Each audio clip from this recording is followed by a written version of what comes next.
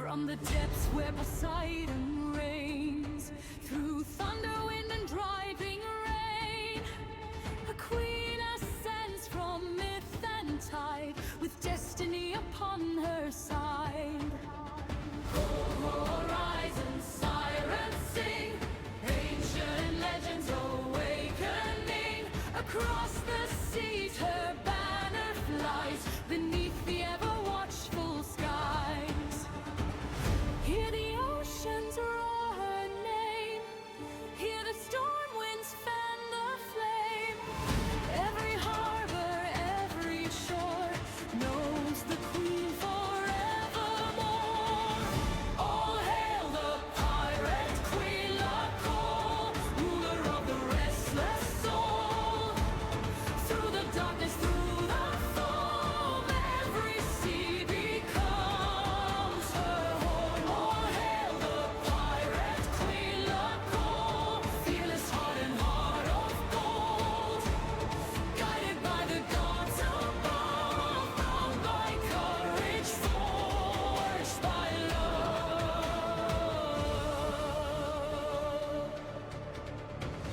Past the cliffs of marble kings, past where ancient eagle wings circle over treasure lost, she sails onward, counting no cost. The trident rises from the sea, a blessing for her destiny. The stars of Olympus brightly glow, lighting every path she'll know.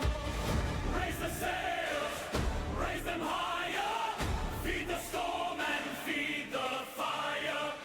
Raise the sails, hear the call. The pirate queen will conquer all. All hail the pirate queen, La Cole, Master of the tides that roll. Every legend yet untold lives within her heart so bold. all hail the Pirate queen, La Cole, queen of silver, sea, and gold. From Olympus to the deep, their eternal hold she'll keep. The sea remembers, the gods approve. The pirate queen, La Cole, sails on.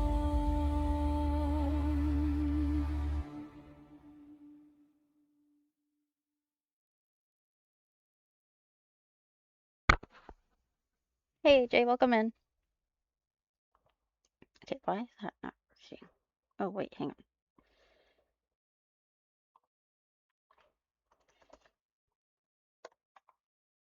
Let me fix that real quick.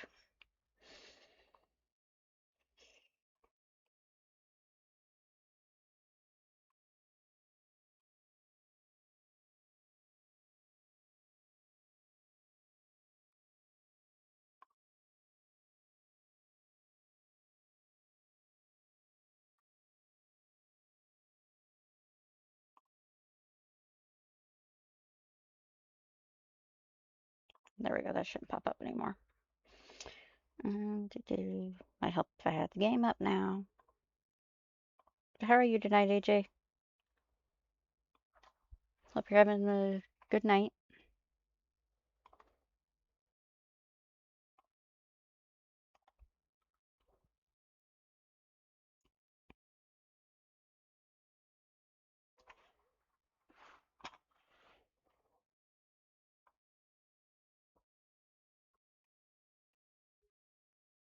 It got kind of interesting last night after you left. um, the girl got kind of frisky, and we wasn't liking it.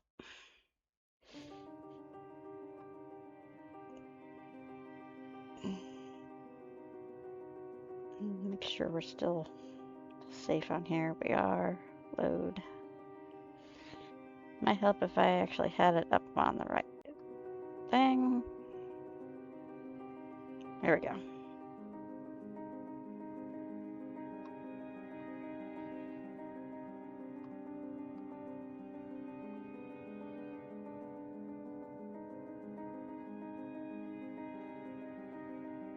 I know what I'm doing. I'm a streamer.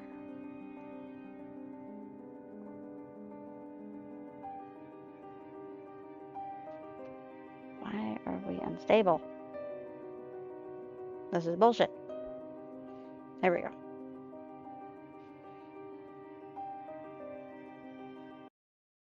Okay, so last time we left off, we were captured by the rabbits. And we're being taken to the king. That's where we're at now. The shiny marble floor of the grand hall welcomes me to the castle with a crack to my jaw. I simply lie there for a moment as the trundles of pain shoot through my shoulder and face, then slowly push myself up on my hands. I swear I can still hear the reverberating slap of my body hitting the floor echoing off the walls. In front of us is the grand staircase, and when my gaze follows it upward, I'm met with the highest ceiling I've ever seen. Up, up, up it goes, and decorated with multiple crystalline chandeliers at its peak. Stained glass windows of brilliant kaleidoscope designs line the walls on the way back down, followed on the lower levels by dark-colored tapestries at least 3 times my height. I suddenly feel very small. Attention! A shriek from behind me, and the sentries circling us pull a crisp salute. Genzou groans and rolls over, then pushes himself up to a seat. After having experienced it, I can now say that getting thrown over your shoulder like a continental soldier is not the romantic fantasy that I'd always envisioned. It's quiet for a moment, then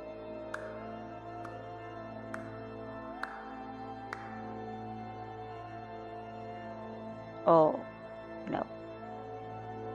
From the far hallway, a small figure emerges, clapping its hands together slowly. Glad to see that mouth of yours ain't changed despite your newly rearranged visual acuity. Oh, fuck. It's Orlam. Fucking Orlam. Sporting a gaudy-ass fuck crown. A red velvet cape with white and black fur. And escorted on either side by a pair of over-embellished rabbit attendants. My jaw drops nearly to the floor. Genzou has to bring a hand to his mouth to stifle a laughter. He nearly chokes. What the fuck, Orlam? You look like the love child of Prince John and Madame Medusa. Orlam's face goes red. He clenches his fist. You. His jaw tightens. Softens. He forces a smile. Must be so tired having walked all this way. I push myself to my feet with a little wobble.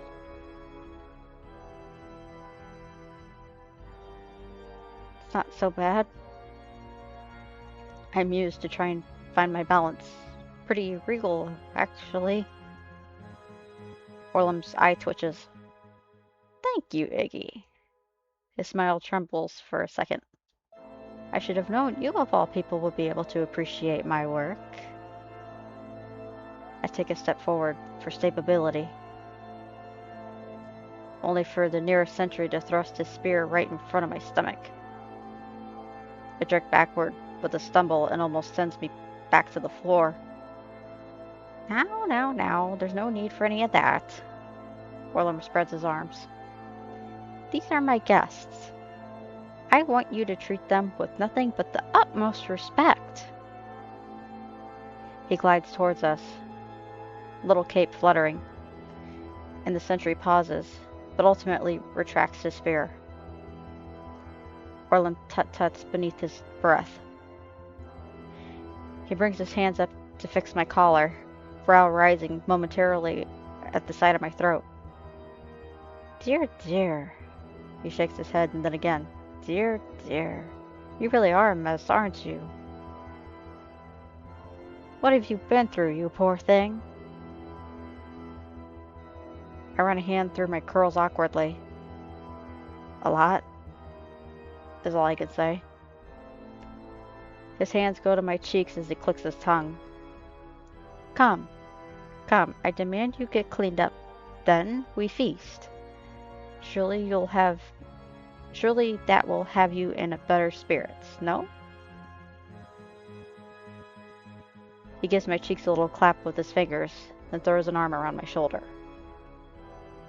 I mean, sure. Hi, Fluffy. Welcome in. How's your night? Or day? Genzou huffs to his feet next to me and straightens his hat. Who died made you king, huh? I feel Orlam's fingers dig into the skin of my arm. Then he just smiles an that off-Hitler smile of his.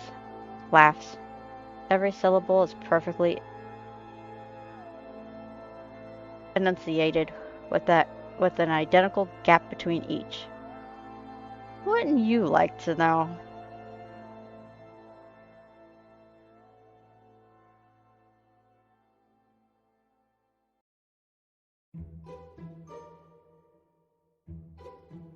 Orlam sends us off to the baths, each with our own rabbit attendant. Our own incredibly doting rabbit attendant. It's weird enough that my attendant helps me undress, but it gets exceptionally weird when the moment he guides me into the tub and begins scrubbing me down. You know I can wash myself, I say as I blow a cluster of bubbles off my nose. Oh, that's a cute emoji. Pikachu with a coffee mug, or even Coco. And Goofy. I keep forgetting to do AJ. I'm so sorry.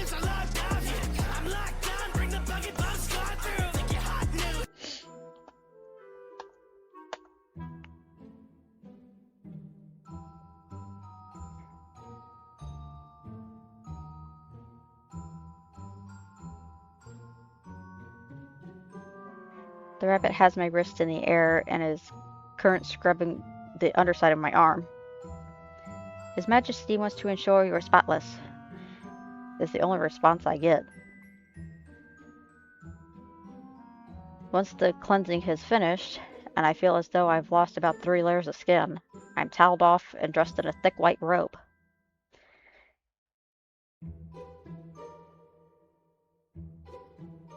Then it's to the large vanity where my curls are blown dry and where I've given a choice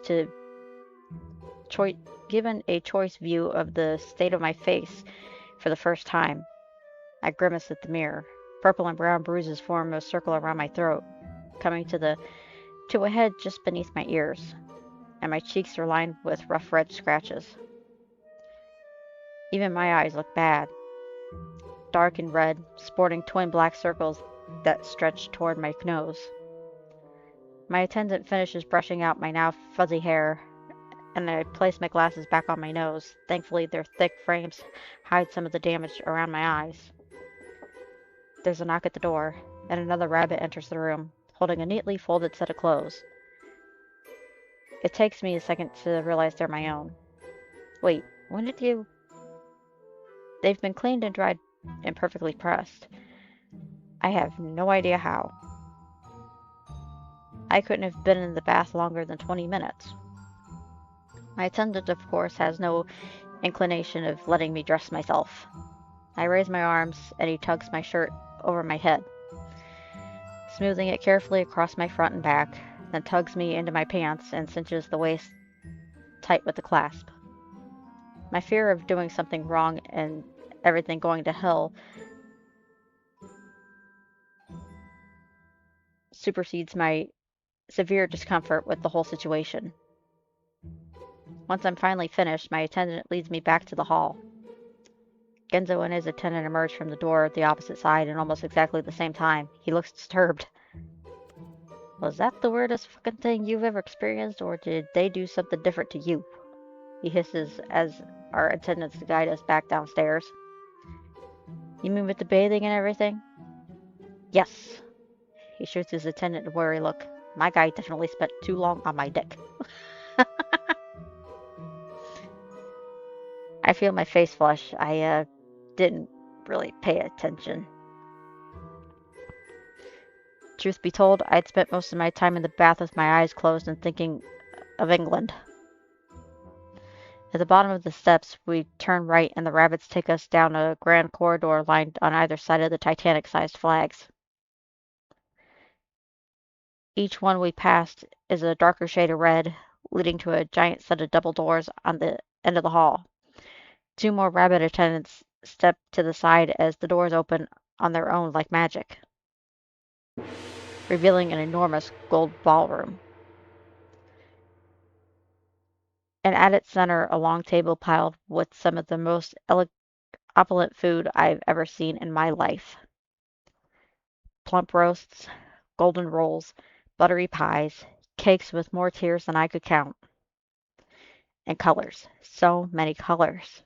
Bright and vivid, all of it steaming hot, sitting atop brilliant bronze tableware that gleams in the light of chandeliers.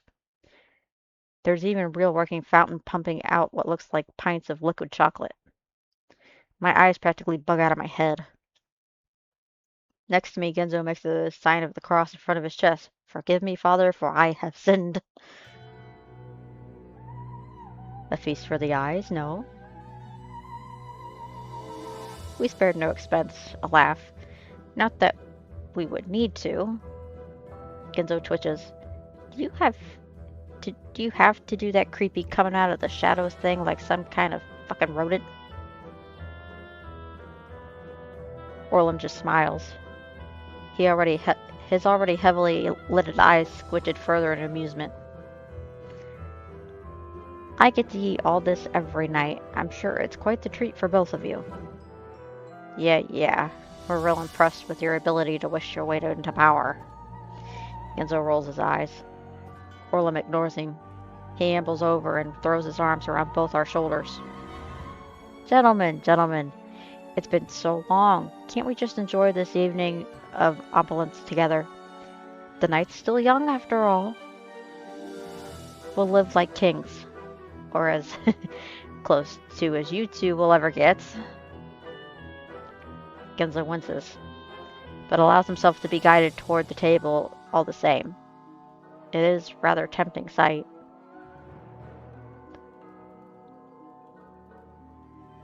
We seated on either side of the table. More sets of rabbit attendants scurry to ready our chairs. Orlam himself sits at the head of the table with an extravagant throne that looks like it could fit 5 of him inside of it. Or perhaps sits isn't rather the word, more lounges. He leans back amongst the piles of cushions and blankets lining the seat, chin balanced on his palm. Then raises his arm in the air and snaps his fingers. One of the rabbit attendants waiting aside the far door darts over and places a golden wine glass in his outstretched hand, then immediately fills it. Orlam swirls it, takes a sip, glances at us, both seemingly watching him in awkward disbelief. He waves his hand in expiration. Eat! I snap my head back toward the food. I am hungry. Famished, even. I hadn't had anything to eat since arriving here. I reach forward to begin grabbing some of the best-looking items off the table, filling up my plate. Genzou snorts as he forks a giant slice of roast and rips half of it off of it with his teeth. You sure got everyone whipped around here. What do you expect? I am king. I can do whatever I want, and no one's gonna stop me. He takes another gulp of wine. Feels good to be respected for once. I spoon a dollop of buttery potatoes into my mouth. My mind goes immediately to the town outside, and that woman we saw dragged screaming from her home. A little iron-fisted, isn't it? A shrug. They needed discipline. You should have seen the place when I arrived. Nothing but chaos. Anarchy. No one to keep the masses in line. This is followed by a smirk. I'm making great progress. Oh, I get it. No one likes you, so you have to force them to like you. Should have expected no less from you, Big O. Orlam twitches, but otherwise doesn't react. He leans forward with that ever-present smile. Wine, gentlemen? His arm goes up before we even have the chance to respond, and another snap sends 2 rabbit attendants to the table with ready glasses to serve us. Oh, sure. Don't mind if I do.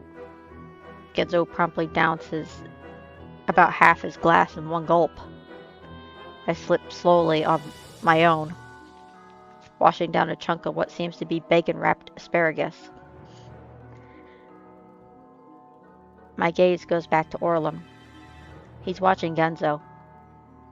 Staring at Genzou. Leaning forward, chin in his hand, grinning ear to ear. His eyes follow Genzou's every move, from the movement of the wine glass to his mouth to the table, to the forkfuls of cottage pie he shovels into his mouth. Something inside me, deep down beneath my bowels, sparks and twists in strange discomfort. Orlam picks up a fork and uses it to cut off a piece of bright red meatloaf. He jabs it into the tines, then floats it in Genzou's direction. Try some of the loaf. Genzou wipes the pie crumbs from his mouth, gobbles up the piece on Orlam's fork without question, then sets to his bowl of stew. He slurps up a spoonful, then raises a finger, still chewing.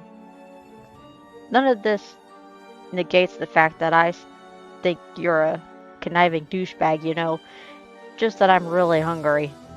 Oh, I wouldn't have it any other way. Orlam places the fork back down, hands to his cheeks like a pining lover.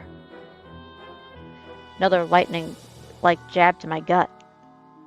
As hungry as I am myself, I have a hard time fighting the constricting twist in my stomach.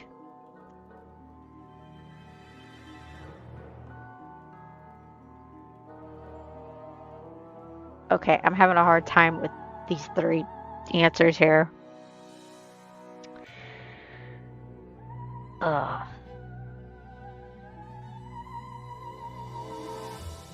Because I don't know what Orlam's thinking.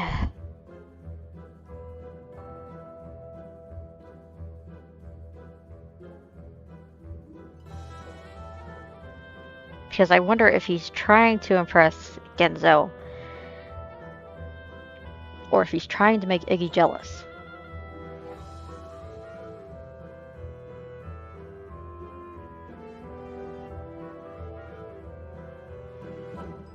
Or do I tease him? Or I could just compliment him altogether.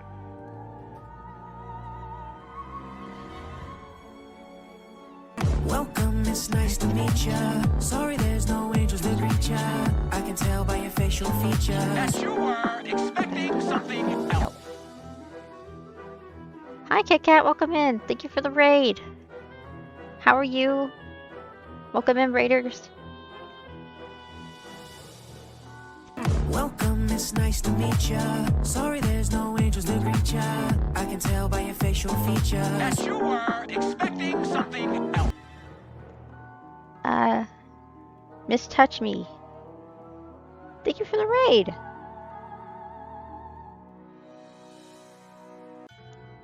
Wow, two raids in a row. Awesome. How is everyone? Yeah, double raid. Awesome. I'll give you guys shout outs. Just give me one moment here. Playing Repo, huh? How was it? Shout out.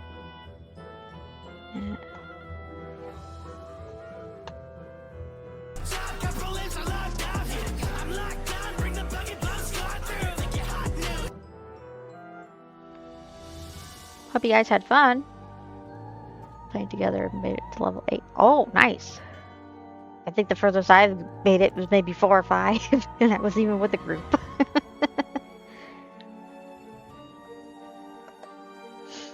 I don't know if the sound alert will go through the second time. Just touch me.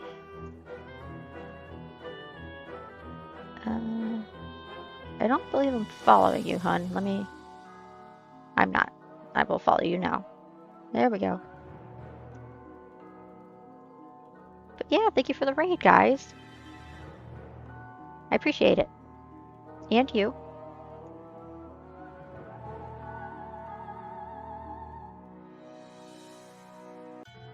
Yes.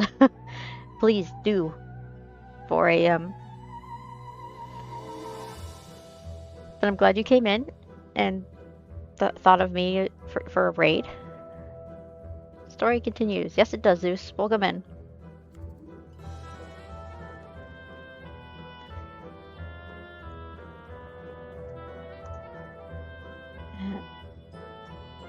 Zeus. Oh, okay. Shoutouts are on cooldown right now, but I'll let it go through in a moment.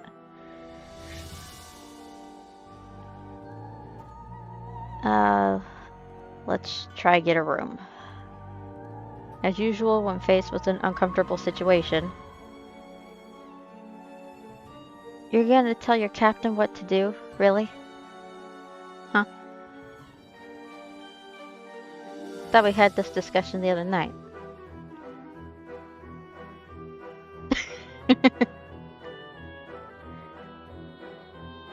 As usual, when faced with an uncomfortable situation, I try to divert everyone's attention with a not-so-well-placed joke. Geez, you two, why don't you just get a room already? I force a chuckle. Ooh. Genzou twitches, lips pulled back in a grimace. He begins sawing wordlessly at a steak. Orlam, on the other hand, shoots me a glare.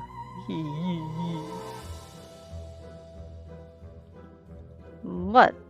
What'd I say? Huh? I bring my hands up in confusion. Evidently, I'm just joking. And these two took it to heart.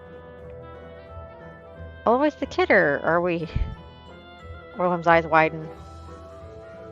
God, sorry. Just trying to make conversation. Then I take to my food, spearing an egg over the top of my potatoes and watching the yolk run across the folds. Maybe if you two wouldn't be at each other's throats all the time. At each other's throats? Genzou snaps. Well, like if this fucker wasn't such an obnoxious jackass all the time. Oh, so it's my fault. When you're the one who thinks his shit smells better than anyone else's. Orlam slams down his wine glass. What did I ever do to you, huh? Now Genzou springs to his feet. Oh, I don't. Ooh. You existed. You ever thought about that? Just the sight of you makes me nauseous. Ooh. It just got ugly. Fast. And not in a good way. Guys. Holy fuck. I jerk halfway up out of my chair, waving my hands. Can we calm down here? I can't help but notice the nearest rabbit attendants have moved closer to the table. Genzou turns away with a huff. He slumps back down in the chair, chewing slowly at the food still in his mouth. I throw a glance at Orlam. He's just sitting there, jaw clenched and fingers tight around this wine glass. For just a moment, I swear I see water glinting in his eyes. Something had to have happened that Genzou don't like Orlam on a personal level reason. Then his earlier smirk returns. I see him throw a pointed glance at the nearest rabbit attendant. He nods his head, then the rabbit moves back toward their previous positions near the door. Yes, there's no reason to bicker. Civility is stability, He swirls his wine, takes a sip. I press my lips together in discomfort, not wishing I hadn't said anything at all. So, Orlam. I start wiping my mouth with a napkin. What's your plan then? You gonna stay down here? Orlam rests his chin in his hand almost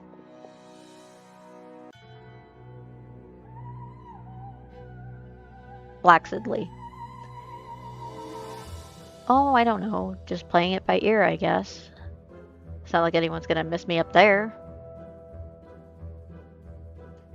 And there's just, so much good I can do here. Why rush things? Why indeed? I mutter to myself, disgusting my words with my wine glass. I cough. But you have to look at all. But have you looked at all into how the door opened up in the first place? You obviously have quite a bit of a reach down here. You could be looking into what's going on, searching for bucks. Orland blows raspberry. Sounds like a lot of work. He raises his wine glass above his head, slowly spinning it back and forth. Besides, if Bucks is down here, she must not want to be found. I certainly haven't seen any traces of her. Neither have my men. Genzou coughs. If I was stuck down here with you, I'd steer too. More wine, Genzou? Orlam asks lazily. Does a chicken have lips? Another snap of his fingers. Then a rabbit attendant returns to the table with a newly opened bottle of wine, filling up Genzou's glass. Despite the Blaze response, his words do give me pause. Orlam's rabbit guards seem to be everywhere.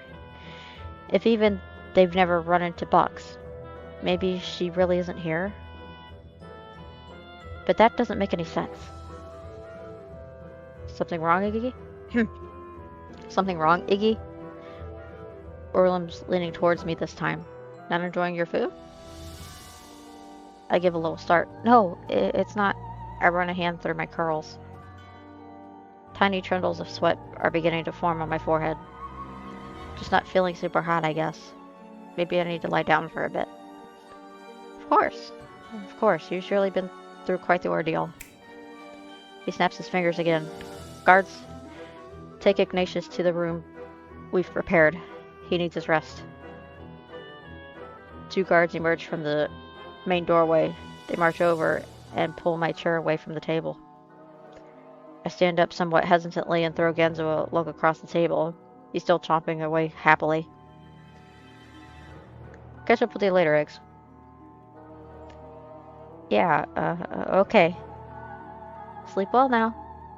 Orlam waves and the guards lead me out of the ballroom, back into the hallway. My head's really starting to feel fuzzy now. Sweat dribbles down the back of my neck, and a cold chill sends goosebumps up and down my arms. The guards take me up the multiple flights of stairs, and my legs feel more jellified with each landing we reach. Finally, we turn down a hallway lined with ornately carved doors. They open the second door to the left and beckon me inside. It's delightfully dim inside. Nothing but a fluttering candelabra on the bedside table to light the room. And quiet, too. Somehow it cools the intense beating starting up in the back of my head. I head straight for the bed. It's enormous and piled high with soft white pillows, and when I shook off my pants and slid under the sheets, it feels heavily on my skin. Tired. So tired. My eyes close on their own. Hot. Dizzy. Tired. There's a thump on the base of my skull. I think of Genzou chomping away at the table. Of Orlam and that eerily thawing smile. Had Orlam always been like that? I can't seem to remember. Mousy for sure. but never so downright creepy. I feel personally offended. The last time I slept on a comfy bed was 2 years ago. um, the best bed I have ever slept in was my mom's cousin's guest bedroom. It was basically his kids' old bedrooms before they moved out. Um, laid in that thing and you just sunk into it. You're like, oh my God, I'm taking this thing home. I didn't want to get out of it. Went to bed at like 9 p.m. that night, 8 a.m. the next morning. She's like, you gotta get up. Do I have to move? Right, relatable, yeah. I can see him. I can see all of them. They're sitting at the table at the cafeteria, scarfing down their trays of hamburgers, peas, and carrots. Orlam's next to Genzo, slurping quietly at his milk carton. He smiles when Genzo talks, laughs harder than anyone when Genzo makes a joke. I'm still waiting for I'm still waiting in line for my food. I grab it and head towards the table with my friends. I can see him, he's everywhere. Looks at the visions of Peter Parker.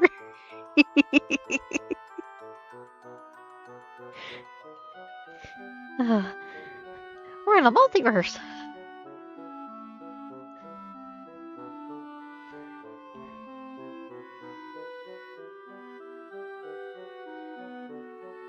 Hey, Iggs.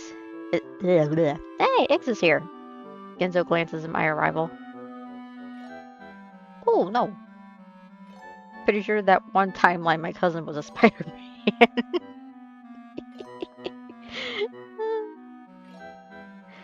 Make room, make room. He elbows Orlam hard, and Orlam goes tumbling off the bench, milk splashing up and onto his shirt and face. Sit your ass down here, Eggs.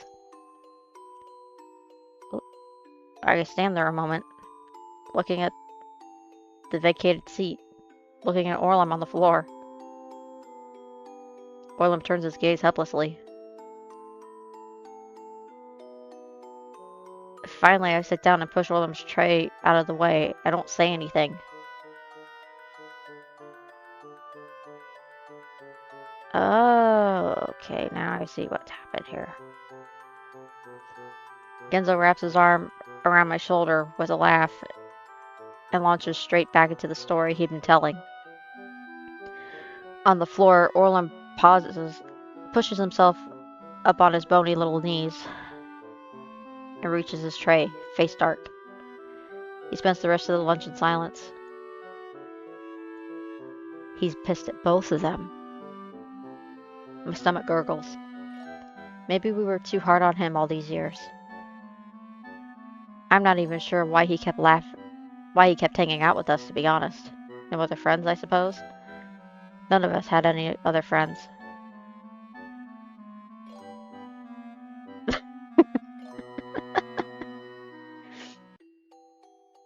I let out a sigh. My face feels so hot. I hope I haven't come down with something. And he could have poisoned you, dude. I wonder for a moment if Genzo's still eating, then drift off to a restless sleep.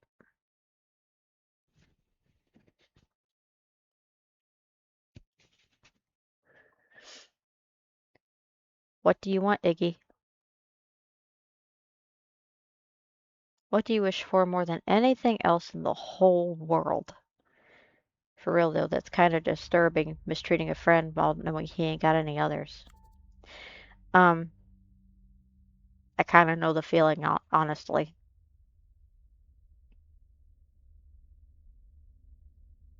So this game's kind of hitting hard for me.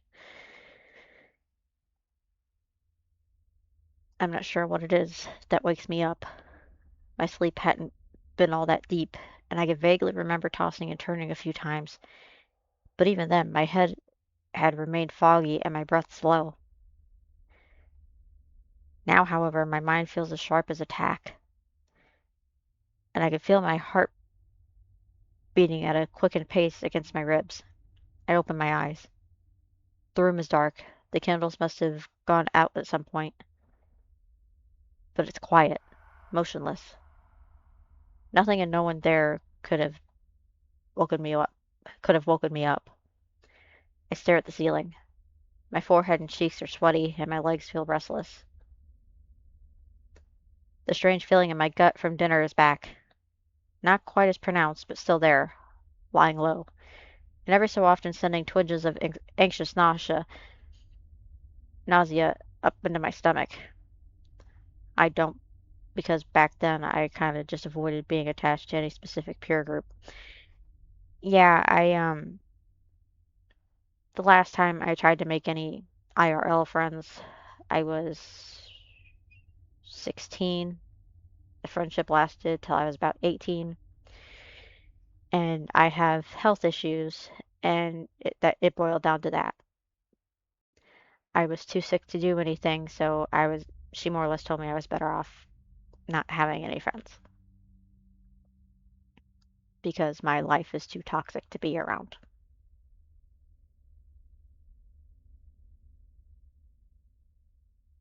Because it seems like that my illnesses are too mentally toxic to talk about because that's all I do is just bring her down.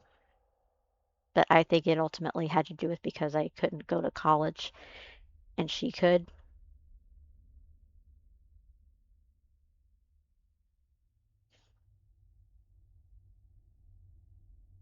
Exactly. Yeah, I've got so many online friends. I don't need anybody else really. And that includes you.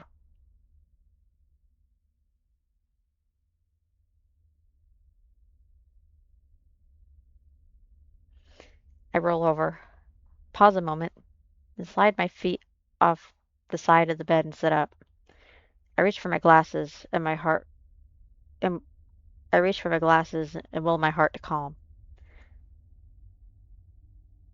Aw, well thank you. This isn't working. I'm probably just anxious. Who wouldn't be after everything that's happened? Maybe a short walk will help. Get some air, cool off a bit. I trudge over towards the chair where I'd left my pants in a crumpled pile and slouch down to put them on. I grimace and turn up my nose. My mouth tastes awful. Maybe I can find the kitchen to get some water while I'm at it. I yawn and head to the door.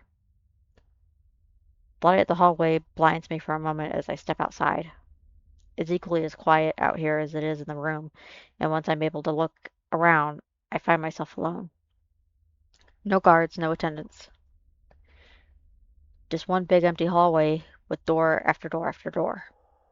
I wonder where Genzou is. Did they put him in a room next to mine? Another yawn. I start forward down the hallway. I'm precisely where I can remember the way back downstairs, but by then I'm sure there'll be someone. I can ask for directions and even get some water for me. The attendants certainly seem willing to help. The hallway opens up, widening, and it curls around the connection to the stairs. I trace my hand along the railing as I start down, taking it slow and easy and keeping an eye out for any of the rabbits. One flight, two. I make it to the bottom with still no sign of life. Up ahead and through the archway, I see the wide expanse of a grand hall. I entered and thought of calling out to someone, but ultimately decided against it. Somehow I don't want to hear my own voice sound like it's in the midst of that emptiness. I start for the hall, only to freeze. Footsteps. More than one. In fact, a whole lot of footsteps. But they're in the opposite direction, away from the hall, down the windowless corridor to my left. I blink in silence, chewing my bottom lip, then walk quietly, ever so quietly, down the corridor. There's a fork up ahead, and when I peek around the corner, I see the tail end of the battalion of rabbits at the end of the long hall. They're moving away from me, and in a few moments more, they disappear entirely down another corridor to the left. Interesting. I've forgotten about the water entirely at this point. The sparkle of unease in my stomach has gotten stronger, and now it's pulling me down the hall after them. With a final glance behind me, I follow, silently, stealthily, and quick enough that I don't potentially lose them around whatever twists and turns await. I make it to the next corridor, pause, then chance a glance. Nothing. They're gone. I pull back, furrow my brows, then check a second time. Funny how easily your issues are solved with a Glock.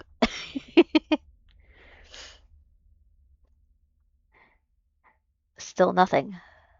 I pull away from the wall entirely and creep closer. There aren't any other forks or hallways to turn down, just one straight track leading to the far wall. And yet, they've simply disappeared. I scratch my head. Well, that was weird. I step toward the wall, placing my hands against the stone, but it feels solid, at least as far as I can tell. I give it a frustrated slap. Then with a low rumble, it moves. Whoa! I step back with a start. First it moves backwards, and then recoiling from my touch. Then with a grinding creak, it rattles my jaw. It switches gears and pulls off and away to the right, leaving behind a neatly stoned tunnel in its wake. Guess that explains that. I mumble out loud without realizing it. The tunnel appears dark at first, but I can see the light further down. Despite my misgivings, I can't stop at this point. I'm in way too deep. So I push forward and into the darkness, one hand on the wall, like some kind of guardrail into the unknown. First thing I notice is the smell. Makes my nose twitch, curl upward. I don't even know how to describe it. It's like stew that's been on the pot too long and everything's starting to congeal. Sounds like the beginning of a bad gotcha addiction. The further I walk, the stronger it gets. And plugging my nose doesn't help. It's in my lungs now, coming back up through my mouth like a damp towel on my tongue. I stop for a moment. It's starting to make me dizzy. When I wipe the clammy film of sweat from my forehead and neck and keep going. Lighter. Brighter. Hotter. And now the smell seems practically solidified and sticking onto my skin. It's heavier in the air, pregnant in the droplets of moisture suspended on the wall of heat and dripping from the walls. Lighter. Brighter. Hotter. As a chain smoker, most smells lose their effect on me. Can't relate horrible experiences. 4 out of 10. Oh, I have a bad gag reflex. So anything that I smell that might be pungent, like this, you're cleaning up. You're cleaning my up, Chuck. I can guarantee it. My head's starting to spin, and I can see the tunnel opening just ahead. One step. The room beyond starts to take shape, large and filled with steam. 2 steps. Low flickering lights dance almost red across the dark stone walls. Then out of the expanse, out of the balcony overlooking a cave of steam, the smell hits me like a punch to the gut, and I feel myself start to retch. But even the smell doesn't compare to what I see when I look over the edge and into the room below. Cauldrons. Cauldrons? I have no idea, but they're huge and round, and filled with the brim with a thick liquid, boiling sop. More and more of them, filling with the whole room, bubbling, churning, roiling, and emitting thick clouds of greasy steam that twist and coil in the air above. I only have to wonder for a split second what's in the cauldrons before I see it. An arm. A human arm. Protruding from the boiling muck and managing limp over the side. Red, swollen, and blistered. That's my family's kitchen on a Friday. It's the family recipe. I reel back. I can't breathe. Can't think. My body feels numb. The fuck? My gaze jumps to the cauldron, and I see more. Naked backsides bobbing up and down. An errant hand and foot sticking out above the frothy soup. Long dark hair curling in the water. My knees nearly give, and I have to lean hard against the railing to keep from crumbling to the floor. This is my slaughterhouse. I spin around, heart beating out of my chest. I just ate something, damn. Orlam standing at the entrance of the tunnel, his hands spread wide to show in a show of pride. Though some might prefer abattoir. A bit fancier, wouldn't you say? I step back against the railing, hands grasping the cold stone. What are you? I can't seem to form words. My tongue feels about 10 times its normal size. I mean, I thought it was pretty obvious. He takes a step forward, rubbing his chin. I need to feed my people somehow. I also need to deal with the rabble-rousers. Why not kill 2 birds with 1 stone? You can't eat people. I finally manage. This is a good place to say I'm lost.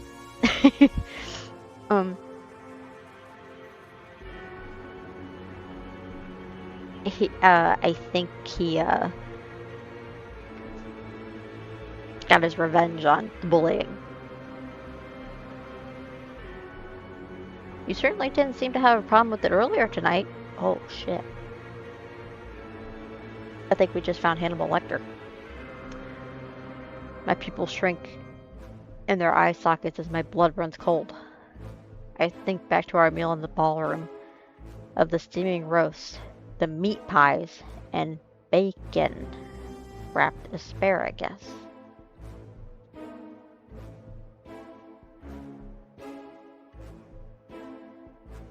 Meat pies, Mrs. Levitt's meat pies. Hello, Sweeney Todd. Bile rises from the back of my throat before I can stop it. I'm lurching forward and spilling the contents of my stomach out on the floor. I played Japanese visual novels.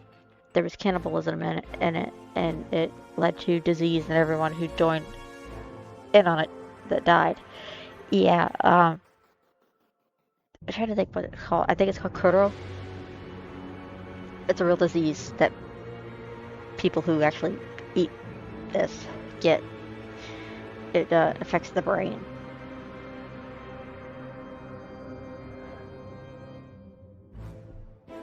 Orlam watches in disconcern. Once the convulsions of my stomach stop, I rise back up shakily, vomit dripping from my lips and down my chin. You're sick. I cringe and bring a hand to cover my mouth. Well, you know what they say about glass houses. Orlam saunters over the railing to look down at his house of horrors. Brains. Brains.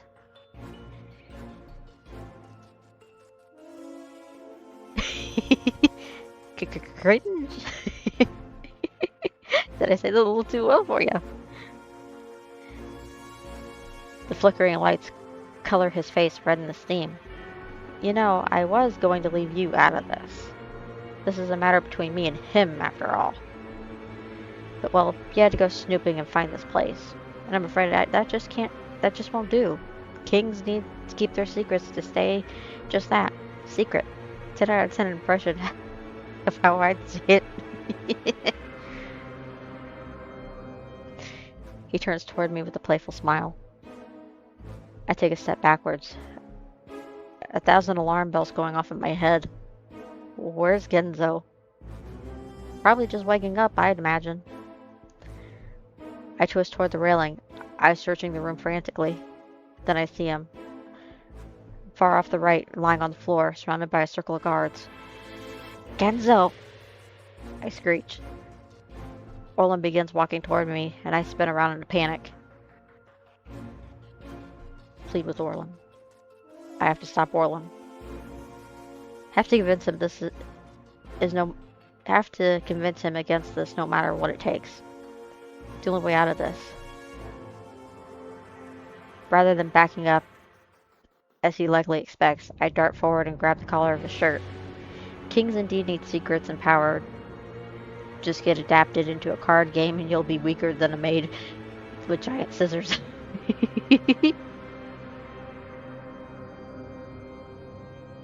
Lifting him up on his toes and his face practically against mine.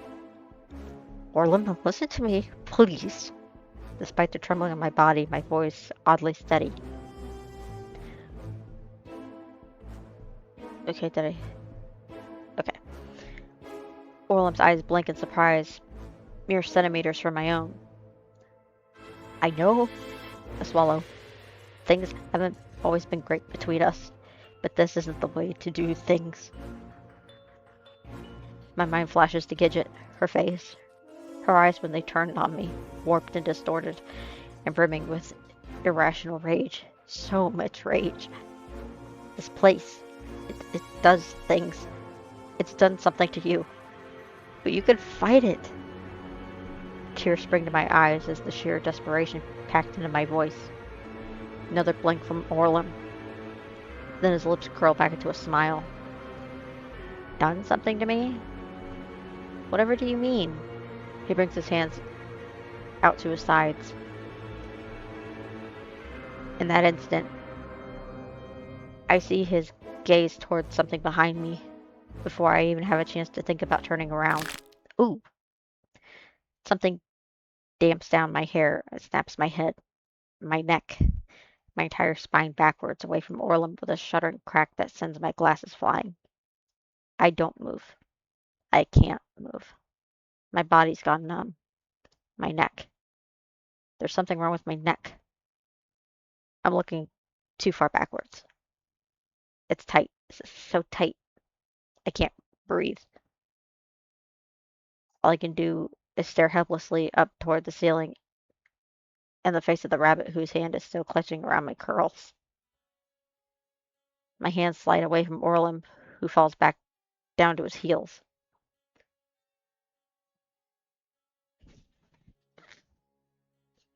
He gives me a little shake of his head, dusts himself off, straightens his shirt. I probably should have warned you about that. He clicks his tongue. These men of mine can be very protective if anyone gets close to me. Makes them do silly things like, snap people's necks. He taps his finger to his lips in amusement. I open my mouth to say something, but all that comes out is awful, wretched noise. It's the strangest feeling. There should be pain, but I don't feel anything. Just tightness. Everything is tight, shaking, warped. Like a vice and clamping down on my throat and slowly squeezing my head off my body. Oh yeah, just casual snapping. Yeah, like... Ugh. My allergies. Orlam walks around to my side, taking me from the rabbit and cradling my upper half as though mid-dip in the dance floor. He drops to his knees. I simply stare at him, head cocked backwards and jaw agape. The world's starting to warp and spin. Don't worry, it'll all be over soon. He brushes my bangs out of my eyes, and the corners of his mouth curl upward as he bites down on his lip in growing glee. I'll make sure you're given the finest care of our chef. A laugh. He leans his head down right next to my ear now, even as everything begins to fade. After all, I've always wanted to know how you taste. My body gives a final shudder. Everything goes black. Well, we got a bad ending there, so we gotta go back to something. Unfortunately, you were cooked. Yeah, no shit, Sherlock. But at least you taste great. Would you like to restart from where you were most recent choice, or return to the main menu? Last choice. Good choice. Reminds me of school days.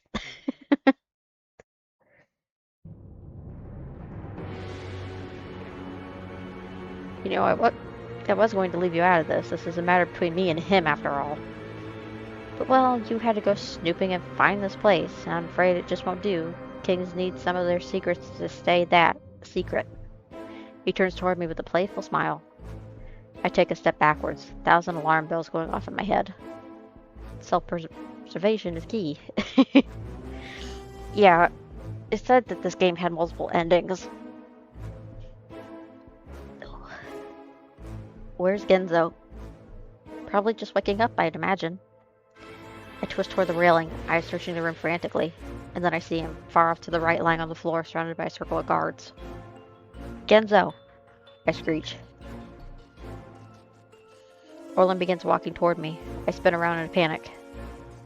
I gotta do something. Do I plead with him? Maybe I can make him see reason. Something tells me it's impossible. In fact, just thinking about it makes my throat constrict. Try for the stairs instead. I just know that no matter what I try, it won't be any use. My fight or flight mode kicks in. I need to get away. And right now, the stairs leading down the room, into the room, seem like the only way to go. I dash toward them, only to see a trio of guards already at the bottom and making their way up. Fuck, fuck, fuck, fuck, fuck, fuck, fuck. I step backward slowly. But Orlam's standing right behind me now. You know, it's really a shame. Because I did always like you, Iggy. His smile. Too wide. Taking up his whole face. In fact, in another life, we may have even been good friends. I wonder how things would have turned out then, huh? Another group of rabbit guards moves behind him. I'm trapped on either side. My lips, my jaw, even my eyes feel like they're quivering, quaking, fluttering in time with my racing heart. But I suppose now we'll never know. Something hits me from behind, and I go out like a light. Don't tell me I got another bad ending.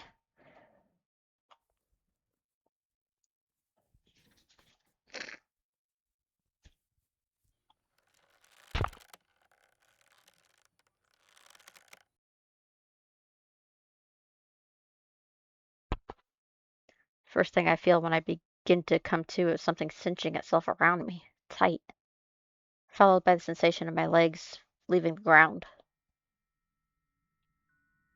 I open my eyes to find myself suspended in midair, a rope coiled snug around my arms and midsection, holding me aloft like a fish on a hook.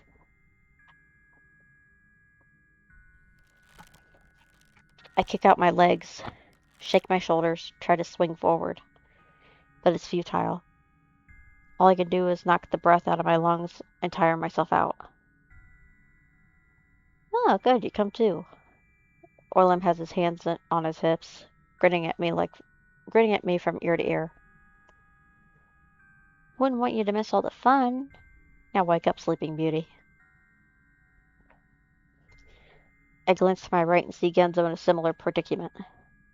Loops and loops of rope coiled all the way to his chest, to his pelvis, and holding him aloft a few feet above the ground. Orlam steps toward him, clapping his palms across his cheeks in reverberating slaps. Rise and shine, you overgrown lush. Genzou coughs, groans. Remind me to thank John for the lovely weekend. Orlam smirks. Yes, you ate very well, didn't you? You had a nice nap for that little, like the little piggy you are.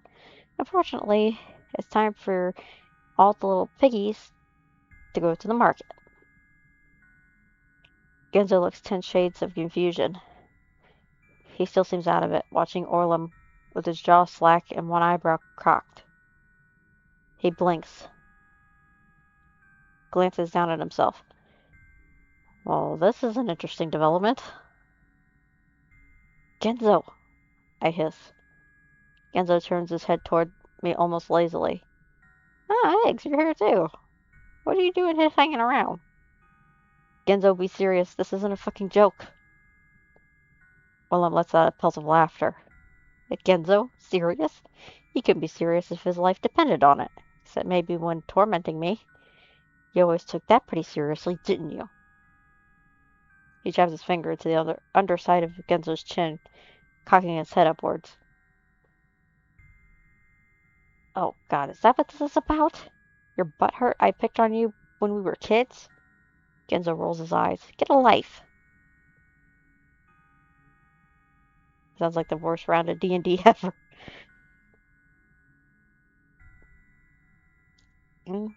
Well, bullying can have that effect.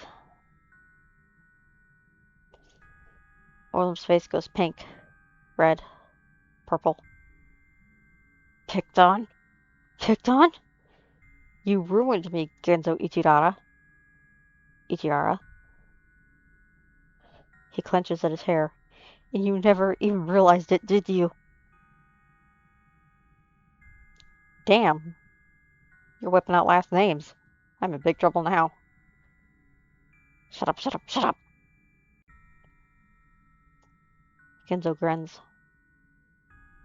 Oh, did I hurt your little butt? Do you need me to powder and pat it and make it feel better?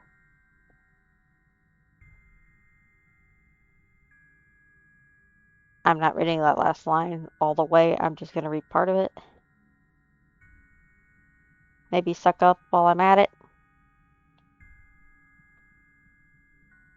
Stop it. Big Genzou's on a roll now. His eyes flash. Oh, don't tell me. This is about that time at after prom, isn't it? Holy fuck. Did you really think that Orlam shrieks. Grabs a spear from one of the guards behind him and reels it back. I'm gonna muzzle that fucking mouth of yours. He swings. Oh! And the flat side of the spear docks Genzou right across the jaw. Blood flies from his mouth as the resounding crack goes off the walls. Echoes off the walls. Orlam lets the head of the spear drop to the ground, red-faced, shoulders heaving. It's deep, but not for me bullying. For me was people picking fights. I kick their asses. My dad gets called, gives me a high five and move on. My experience with bullying was a third grade teacher. I wasn't very good at math at the time, and she knew I wasn't. She put me in front of the classroom. Although I know it's serious for others, right? She put me in front of the class knowing I couldn't solve a problem. Of course, I gave the wrong answer, told everyone this is what stupid looks like. And even though I knew my parents would do something about it, I was afraid to say anything. Because she threatened me a lot of the time. At one point, she even threatened to spank me, just for crying, saying she'd give me something to cry about. Because I was a very emotional child.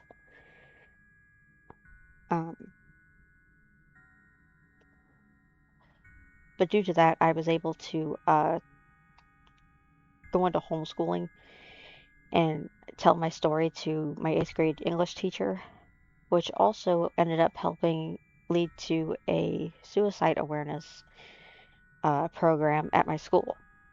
And I found out 10 years later, my cousins who ended up going into the same homeschooling program ended up doing that same awareness program. And I didn't tell them it was me that started it, but just the fact that my teacher still had that going on 10 years later made me feel really good, because that meant that what I started was still helping 10 years later.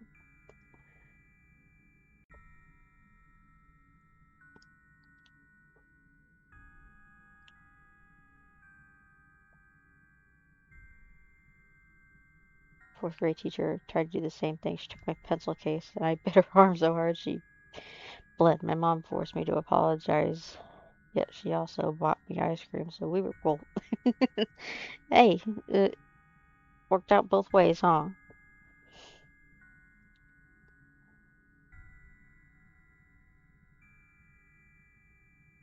Genzou's quiet for a moment. He looks down, spits out a tooth. Pathetic. Can't even break a guy's jaw properly. He snickers, then coughs, sending trails of blood down his chin. You were pathetic then. You're pathetic now. You want to know why I picked on you? Because you're a pathetic excuse for a human being. Damn. I'm going to have to put some trigger warnings on this when I post it on YouTube. Everybody hated you. You know that? Even your parents hated you. That's why your dad beat on you. That's why your mom... killed herself. Because they had a pathetic fucking rat for a son.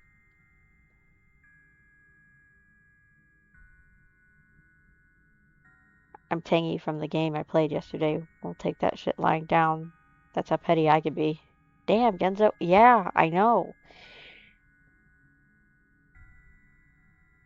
It's got to be because he's drunk. Or it's this Wonderland they're in. Because I don't see him being like this otherwise. Really.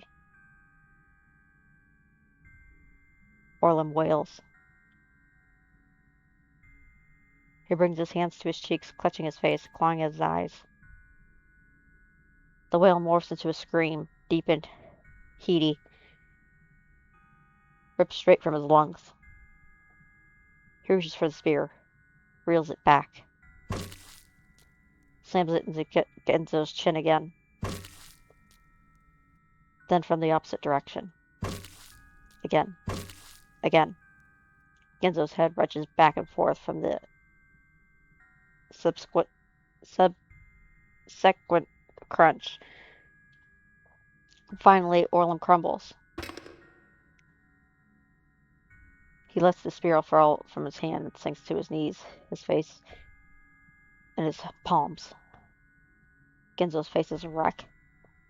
His jaw tilts awkwardly to one side, and bloody welts decorate his chin and cheeks. Another cough. This time he sends about a pint of blood to the ground. Welcome, it's nice to meet ya. Sorry there's no angels to greet ya. I can tell by your facial features That you were expecting something. else. Hey, Omni. Toast, welcome in. Thank you for the raid. Hey, Street Talk, welcome in. Yeah. Hope you guys had fun.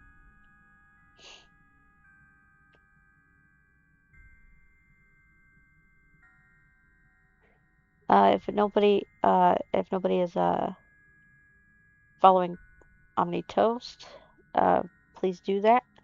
They are a wonderful streamer, and so is Street Doc. Give me 1 second. Get those shoutouts.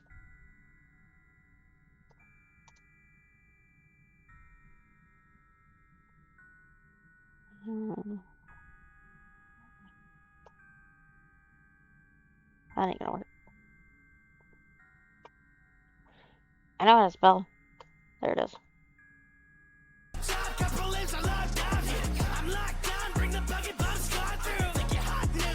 Alright, I gotta go have fun with the nightmare fuel. That's why I hate horror. Sorry.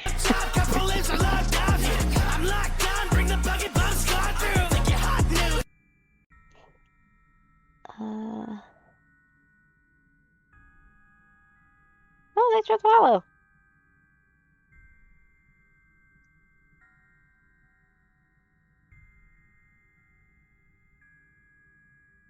And do another shout out for Street Doc.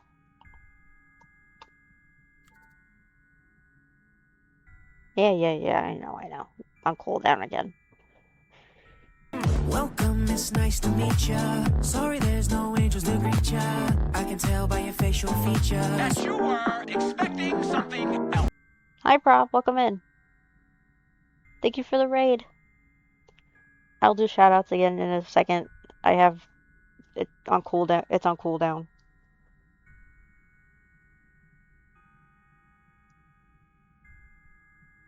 Welcome in, raiders. My name is Nicole. Right now we are playing our Wonderland.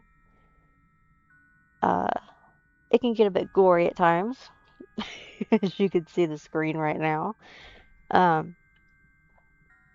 now we're having a bit of a breakdown because the guy that's tied up just unleashed holy hell on our fake king over here. We love gore. Yeah, I've got it censored also, so I could just imagine if I didn't. But I gotta have it censored for stream, so. Another cough. This time he sends out a pint of blood to the ground, along with a handful of teeth. Why is it gotta be that gory? But I hope you guys had fun streaming with your game. I feel tears well up in my eyes, blurring my vision. Genzou, what are you doing? I say weakly. Genzou turns to look at me. God damn it, the fucker doesn't actually smile. Smile. He grins through the blood clots leaking out between his missing teeth, trying to keep him from going after you. My face goes white, lips trembling. So much fun. We had crazy support tonight. My hands are shaking still. Oh, well, good. That's a good kind of,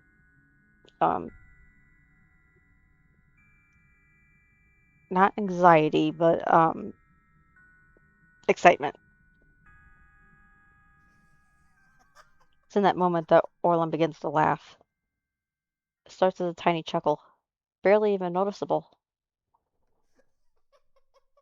then grows into a maniac snicker that rocks his arms and shoulders. High-pitched and squeaking, almost like a rabid chipmunk. I don't have to put up with this. What am I doing? I'm gonna kill you and then I'm gonna eat you for tomorrow's breakfast. Ew. He pushes himself to his feet with a wobble, laughing so hard he has tears streaking down his cheeks. His eyes. There's something wrong with his eyes. Dark and sunken, pupils impossibly small. He brings his hands to his cheeks, unable to contain himself, and twisted grin stretched practically to his ears. Tomorrow's menu is roasted pig on a spit. He dances over toward the iron crank, and with a panicked upward twist, I realize the ropes we're hanging on are connected to the system overhead pulleys. Spin that ham!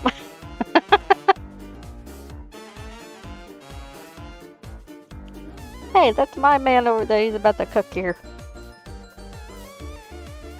He twists the crank, pulls the set of levers on its handle, then wrenches it backwards. Genzou's body rises up, up, up. Orlam pulls it to the right. Crank, crank, clank. No! And now Genzou moves to the left, coming to an abrupt stop right over the center of one of the boiling cauldrons. Shit! Fuck! Genzou winces, wriggling uncomfortably at the hot steam envelops him. Orlam, stop! Orlam, we could talk about this. Come on! My heart's racing. I pull and tug and kick at my legs in futile panic. This little piggy went to the market! Orlam screeches with a peal of laughter. He leaps in glee and pulls back hard on the lever. I feel my heart drop as Genzou goes plunging into the cauldron. Genzou!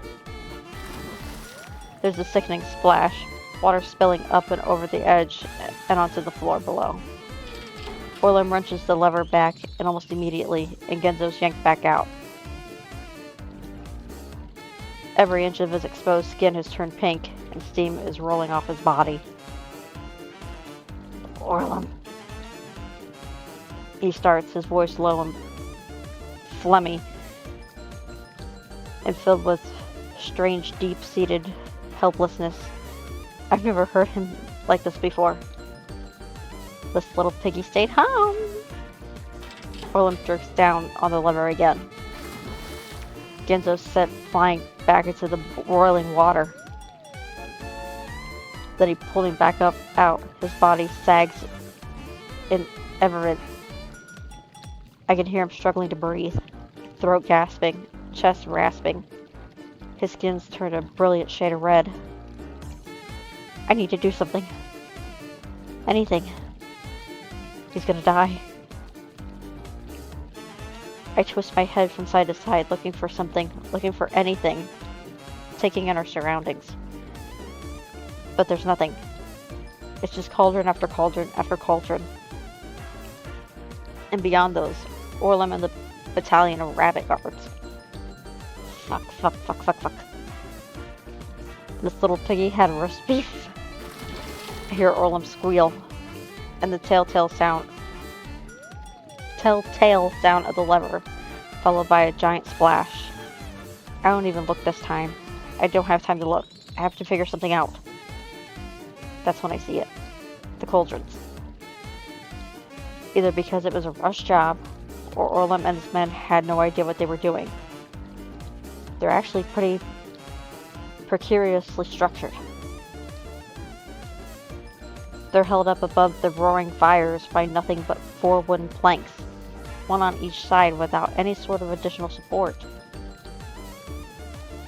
And even if one of those planks were taken away, I don't have time to wonder if it'll work or not. I start swinging.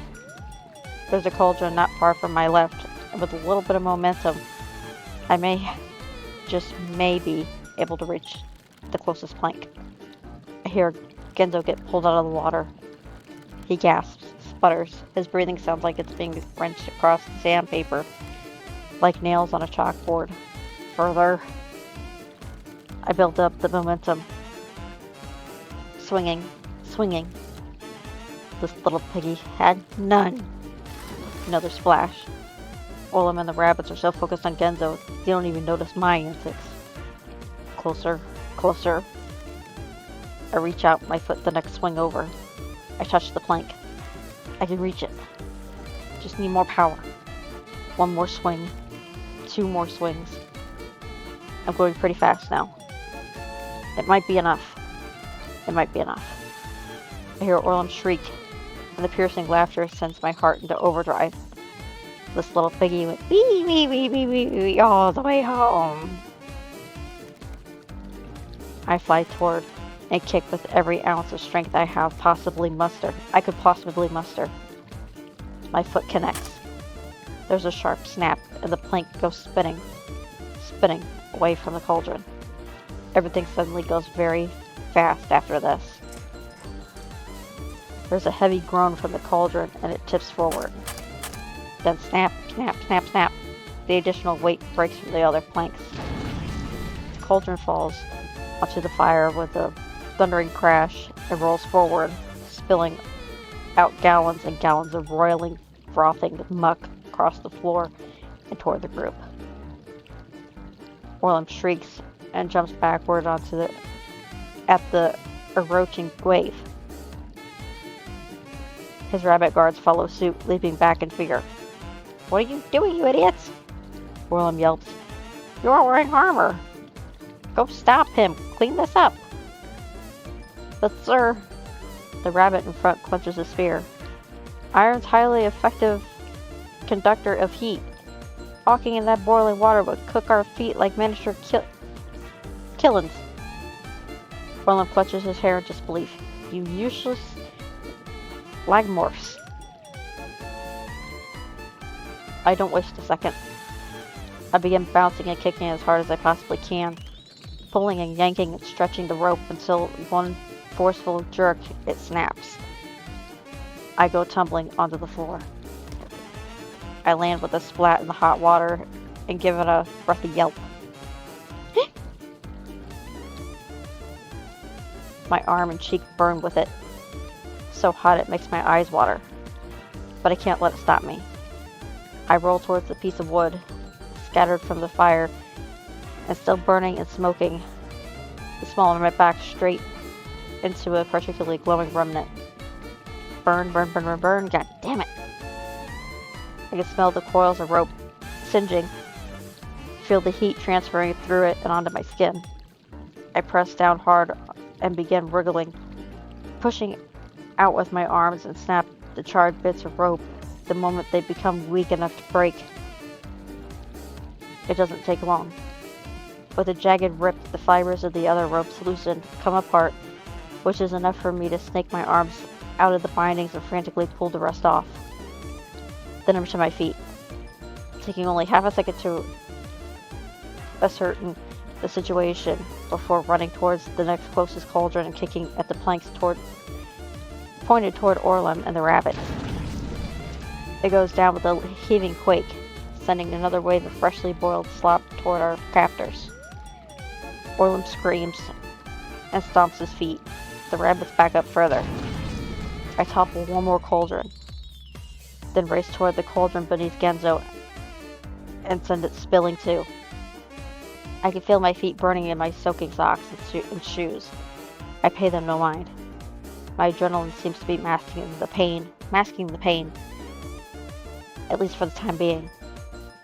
I take advantage of this fact and kick at the remaining fire beneath where Genzou's cauldron had sat, scattering the boards and stamping out the flames.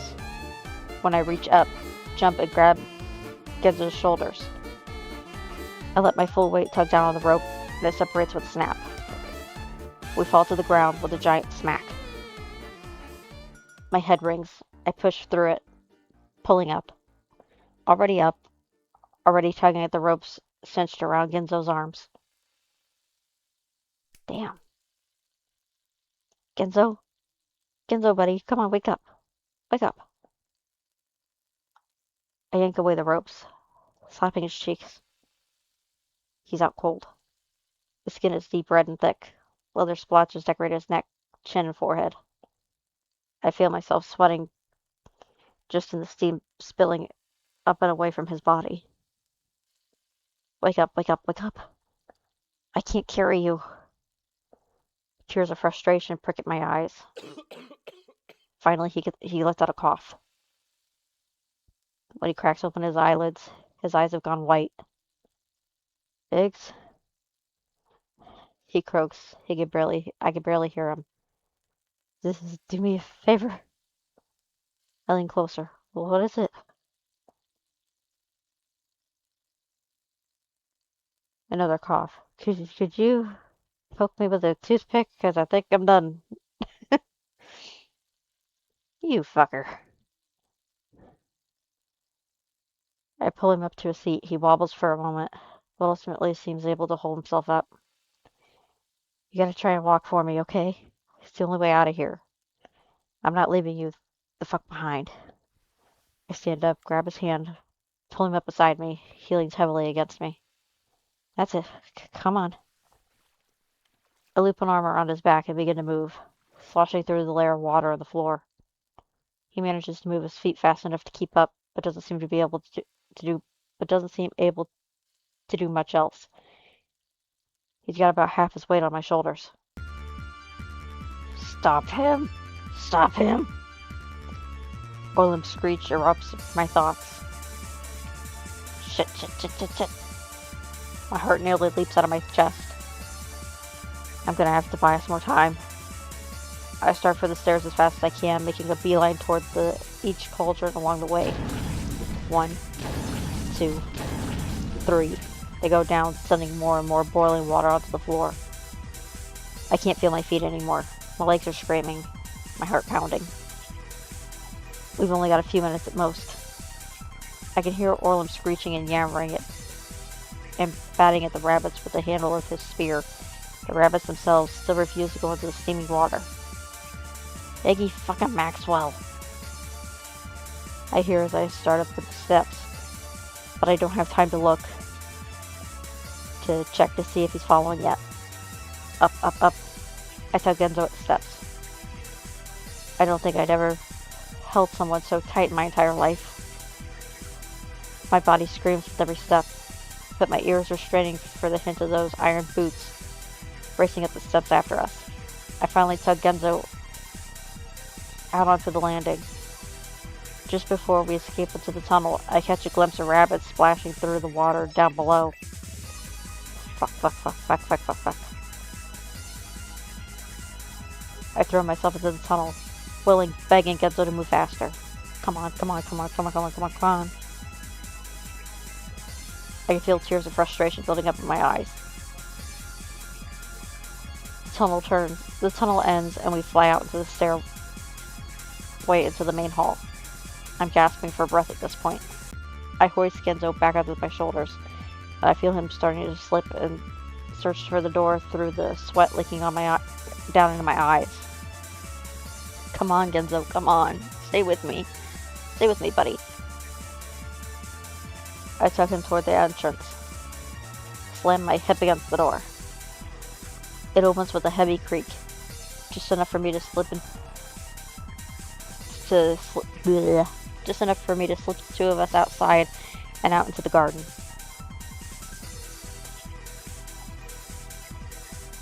Then I'm racing down the path, heart pounding in my ears, huffing, puffing, groaning in terrified expiration.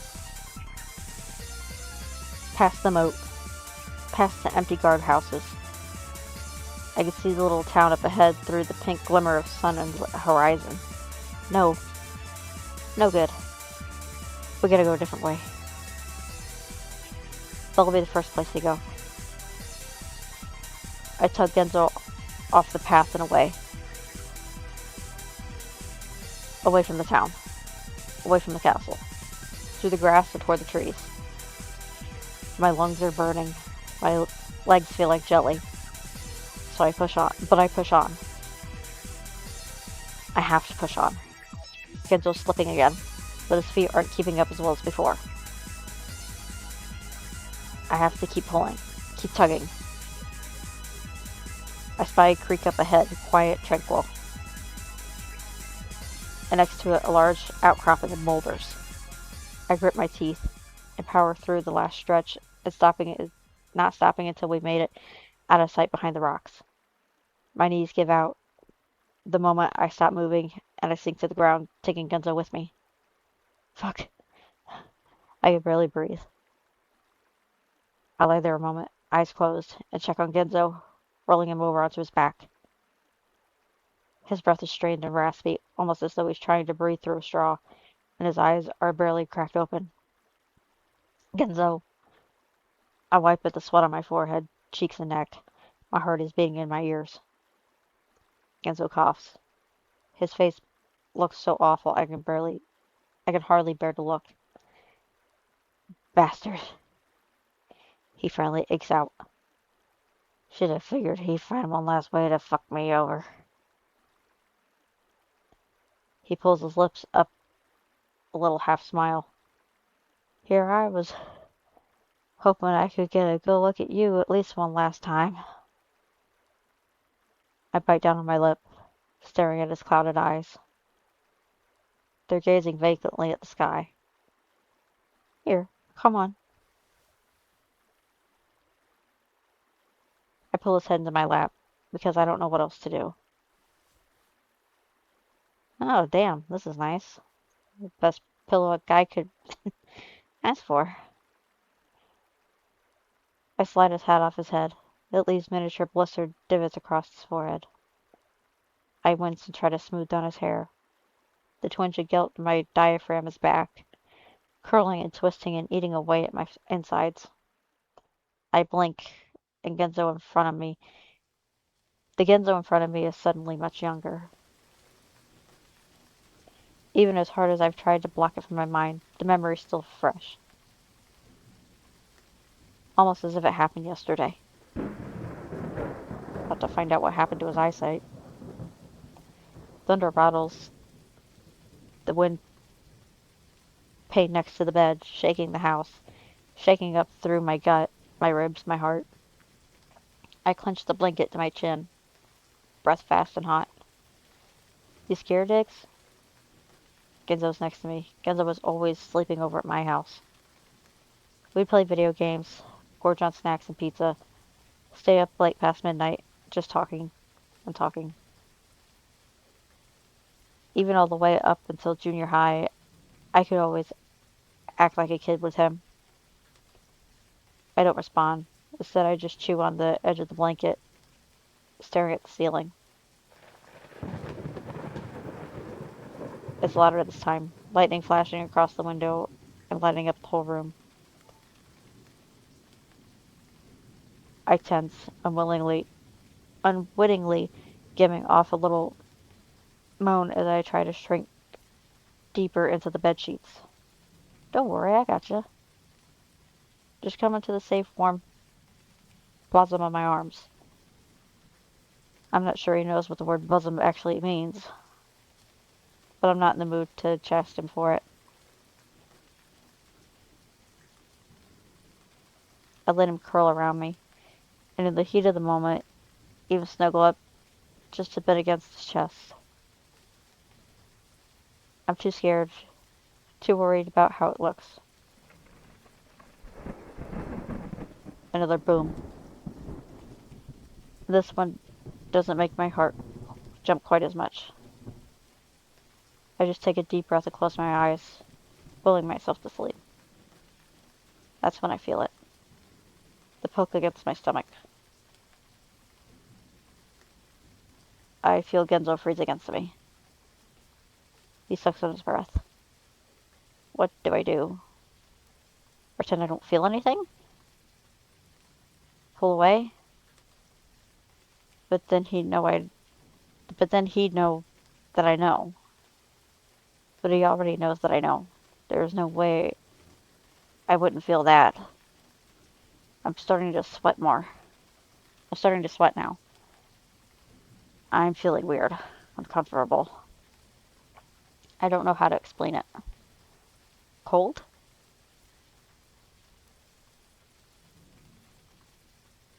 A cold chill working its way down through my spine and out across my arms and legs. I'm shaking. I can't stop. Hey, Genzo, I heard something in the hallway. The hallway? Genzo's voice squeaks. Yeah, could you go just check? Sure, of course, yeah. He pulls away, sits up. I see him take a moment to collect himself, just sitting there at the side of the bed. Finally, he stands up. I'm gonna go check for you. Thanks. I'm still shaking, but the feeling is starting to leave, the tightness in my chest loosening. Genzo's darkened form walks toward the other side of the room, and I hear the click of the door opening. He steps into the hall. He's gone a long time. Another window rattling thunderclap sends me back beneath the covers. Then I hear it. A thud from outside following a yelp and a series of sharp cracks on the stairs. Genzo? I'm out of bed in an instant, dashing for the door, my thin pajamas fluttering. I grope for the light in the hall, and when I turn it on, I see Genzo lying at the bottom of the stairs, unmoving. Genzo! No. Each no falls in time with my footsteps racing down the stairs. But when I stumble down next to him, he's already out cold. Blood leaking out of his ears, his nose, dribbling down his mouth. He spent a week in the hospital after that. And they said he'd be fine. Just fine. Perfectly fine. A month later, his sight had begun to go. Whoops. We should have caught that. Tears prick at my eyes, and I look down at Genzou now. How had everything come to this? I wipe my nose, looking down. I wipe the snot leaking down my nose, and let out a quivering breath. I need to do something. Find a way to help him. But how? And from where? It's not like I can walk anymore. Then do I leave him behind? Maybe I could follow the creek. Surely it could lead somewhere. Another town over, maybe? Somewhere further from Orlam and his guards? I scoot Genzou's head gently off my legs and down into his hat to give him some cushion, then rise to my knees. I'm gonna go find someone, okay? Okay. I'll bring someone back who can help you. Ooh, we need to get you a doctor. Okay. I'm just gonna follow this creek. There's gotta be someplace along it. Even a little village or something. Okay. I chomp down on the middle of my cheek. Genzou's just lying there, not even trying to look in my general direction. Well, what are you waiting for? Get going. He coughs. Yeah. I reach for his hand, grasping it in my own, giving it a squeeze. I'll be back. Okay. Then I take off, staggering my way alongside the creek and further into the trees.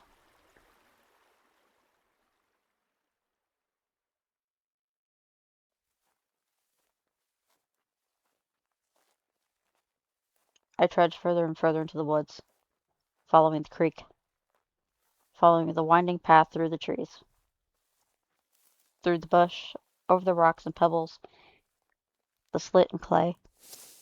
I stumble, fall, press on, press forward, fast forward, rewind. If only I could rewind this, rewind everything. Back to my apartment, safe and sound. Back to the barbecue, everyone alive and well. What is all this? Why is this happening? I can't feel my feet at this point. I can't feel much of anything at this point. Forward. Forward. Follow the sound of the river. Follow it to salvation. Follow it to judgment. The trees are thicker now, darker. Sun peeking through the dappled patterns on the current. In the air. The air feels cold. Almost like I'm being watched. I turn around, check the path behind me. But there's nothing. No one. Just a damp chill on the back of my neck, curling like a leech beneath my collar and sending pinpricks of unease down my spine. I'm complete. It's completely still, save for the small object hanging from one of the trees up ahead. It sways ever so slightly, twisting on its string. I approach it carefully, senses keen, cup it in my hands. A doll? Its button eyes stare up at me, and its cotton body is simply in my palms. I let it go and watch it swing back to its original position, hanging from its neck as though dropped it from the gallows.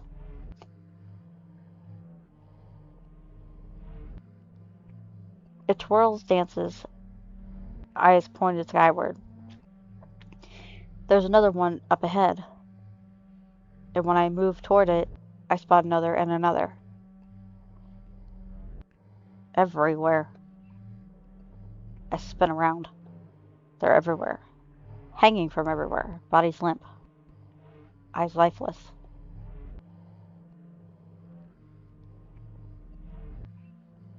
Sweat forms on my hairline, tracing my temples. My heart. Something feels like it's twisting my heart. An unbearable sadness, as though I'd never be happy again. I need to get out of here. I begin walking again. Faster. I'm practically jogging now. Every second I can feel the pain of stabbing in my heart. The hollow emptiness expanding inside of me. I swat the branches and leaves, stumble over rocks in the ground. Feel like I'm falling through a bottomless hole and everything around me is black.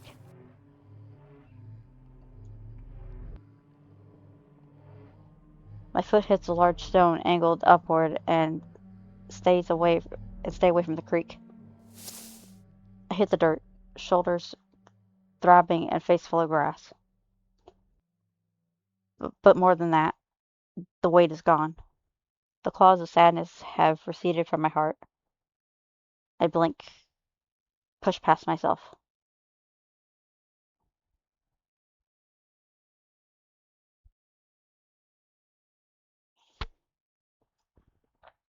It's lighter too. I've reached some sort of clearing. And in the center of the clearing, it's a small cottage, smoke curling from its chimney. There's someone here?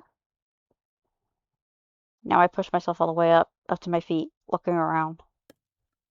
It's probably Bucks. Someone's chopping wood behind the cottage. Someone's here. Someone who might be able to help us.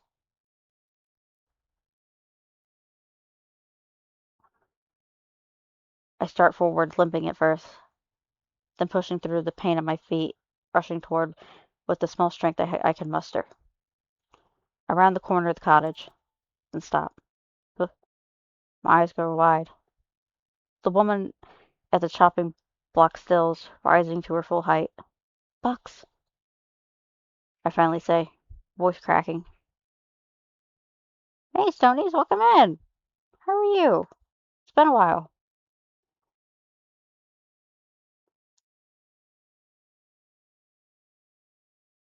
She doesn't turn around. Yeah, I know. Still so suspicious. Uh-huh. Doesn't move either. Just stands there, axe in her hand, facing the trees. Bucks, it's me. It's Iggy. I take a step forward. I knew we'd find you here. I knew it all along. Ooh. She turns. Yee. Her face is blank. Indifferent. She doesn't even blink. I swallow the sentence I was about to say. Look from her to the chopping block to the cottage.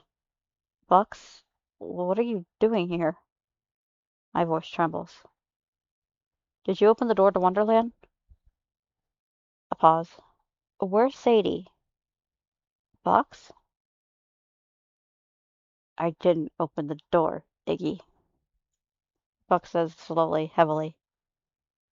We all know adults like us can't open the door. Then a smile. Smile at first, then growing into a delightful moon-shaped curve. She opened the door for me. Okay, it got creepy. My throat grows tight. What do you mean? She wouldn't stop crying, Iggy. Crying, screaming, whining, screeching. I couldn't take it anymore. It was driving me crazy. Trigger warning, everybody. It might get dark here in a minute. I don't know. But by the way, she's talking.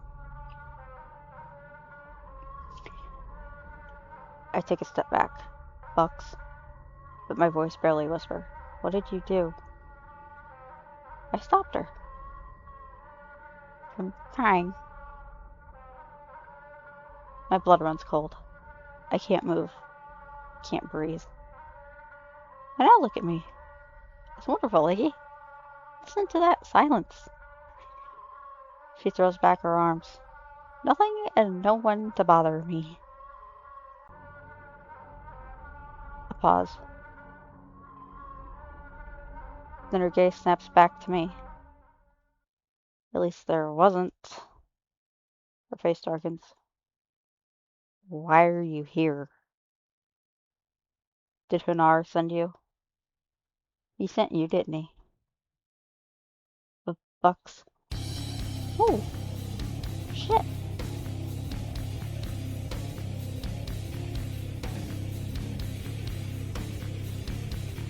You're here to make me go back there, aren't you? To take all this away from me. No, Bucks, I never... I'm not going back.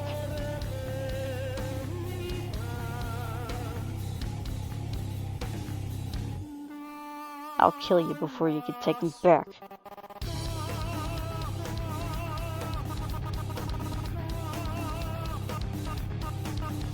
Bucks, stop.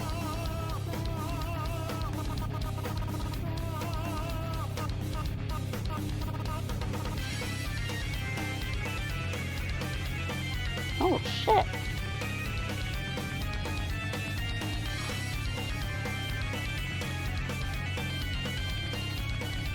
Ooh. It hurts.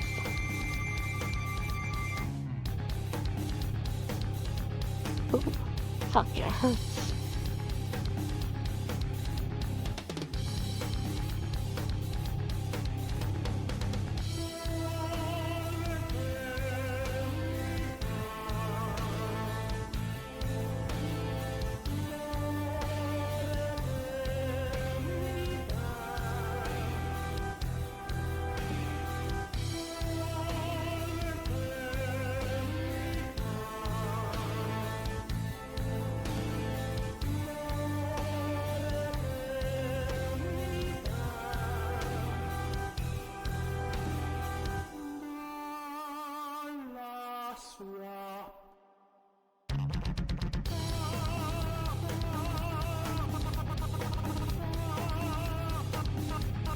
Oh, damn.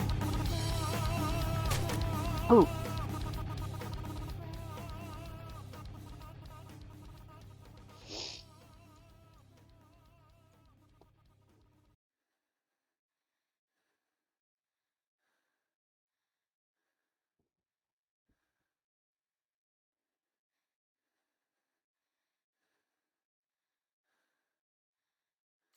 I lie there. Lie there and breathe. Looking up at the sky. Everything looks so gold. Iggy. My breath catches and I cough. Hack. Tremors running through my body. What do you want, Iggy? So gold. So fucking gold. What do you wish for more than anything else in the whole world?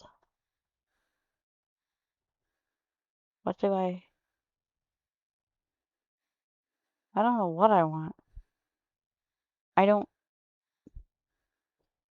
I do. Because lying there, looking up into that endless gold sky, I've realized something. A single thread connecting all my friends' miseries. That's ruined their lives. Is me. I let out a shuddered breath. It's so obvious. All of it. I raise my hand, raise it toward the expanse of gold. I wish The tears have returned. They're flowing freely now, tracing cloudy rivers through the dirt and scratches at my cheeks. I wish I never existed. Oh shit.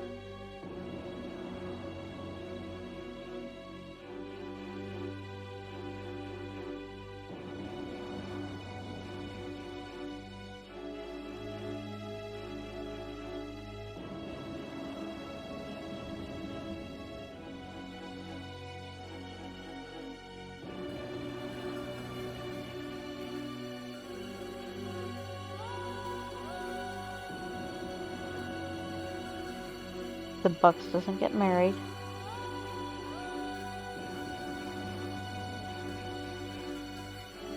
Gigit doesn't get hurt.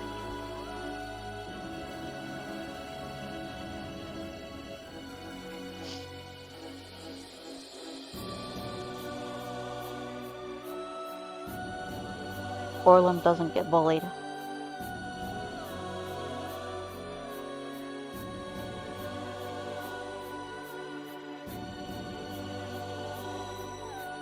And Ganzou doesn't lose his sight.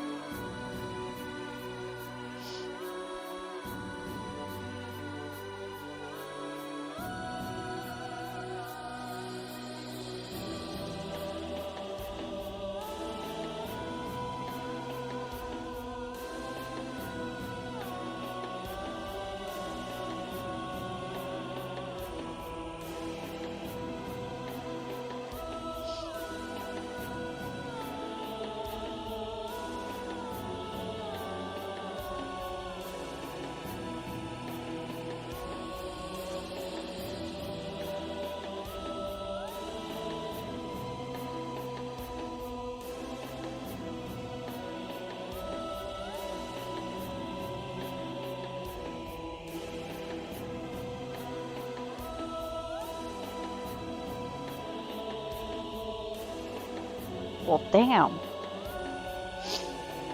You'll make me cry. Wow.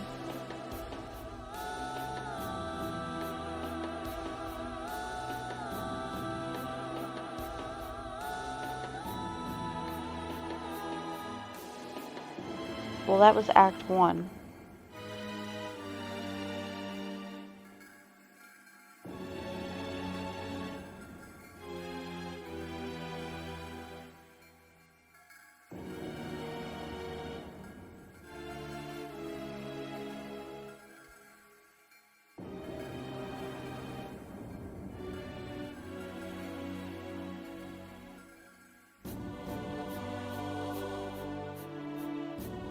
Wow.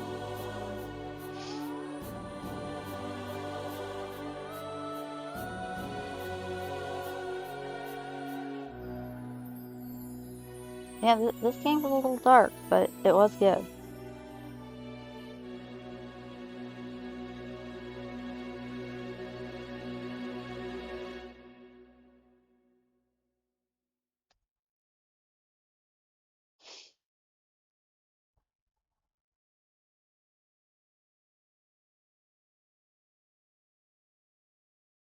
Okay, so if there truly is 5 arcs, then I just finished the first one.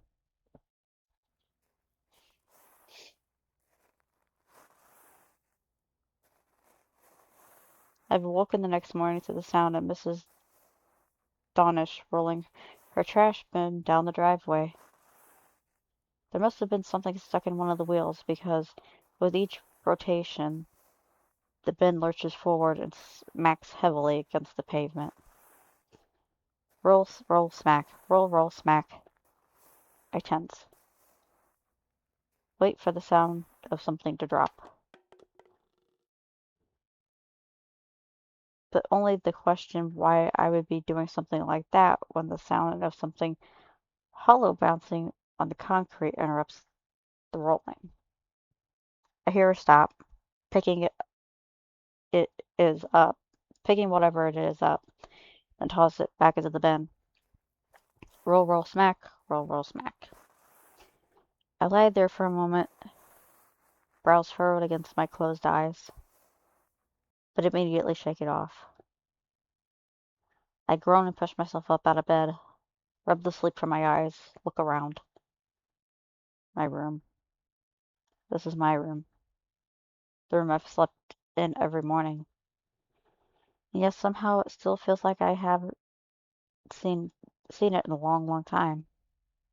I chew on the inside of my cheek, letting the strange feeling of disconnection wash over me, and I take it in the blankets and fall far from the open bedroom door.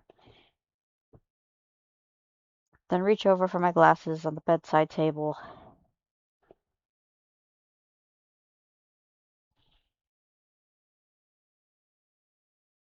Okay, why am I having a hard time seeing here? And lob them on across my nose.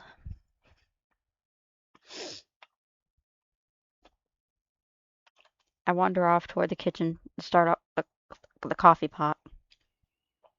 Maybe I really did drink too much yesterday. Maybe it's making my head all weird. Once the coffee's percolating, I empty the last of my chocolate rice snappers in a bowl and take it like soup. I pause a moment mid-slurp, look around again. Why does it feel so strange? Why does the morning sun shining in on that exact angle send a chill down my spine and butterflies through my belly? I shake my head. I don't have time for this. I finish up my snappers and head to the bathroom. I look awful, but then again, when don't I? I hook a finger around the corner of my mouth and pull my lip back to observe the damage in my back filling. Yep, still about to pop. I quickly, still, yep, still about to pop. Still need to get those wisdom teeth looked at. I attack them with the toothbrush instead, washing away the chocolate and rinse in my mouth. Once finished, I splash 3 good handfuls of water onto my face, hoping to wash away the doily feeling of disquiet while I'm at it. Before pulling away, I rub my throat, half expecting it to leave bruises beneath my sentence. But of course, there's nothing, and I have no reason to say thank you to my aunt and uncle since no one else went. Damn it, I'm doing it again. And I have no idea why I have bruises on my throat in the first place. I glare at myself in the mirror for even entertaining such a thought. Coffee's ready by the time I step back out, ready to start the day, so I grab a mug and make for my usual post at the desk, opening my usual programs, start my usual tunes. Certainly won't be able to ask for any extensions due to odd detachment from reality, so I'm just going to have to focus. 3 cups of coffee, 1 granola bar, and 2 adjustments to my legs after I've reached my groove. I nod my head to the music as my fingers trace sporadic rhythms across the keys.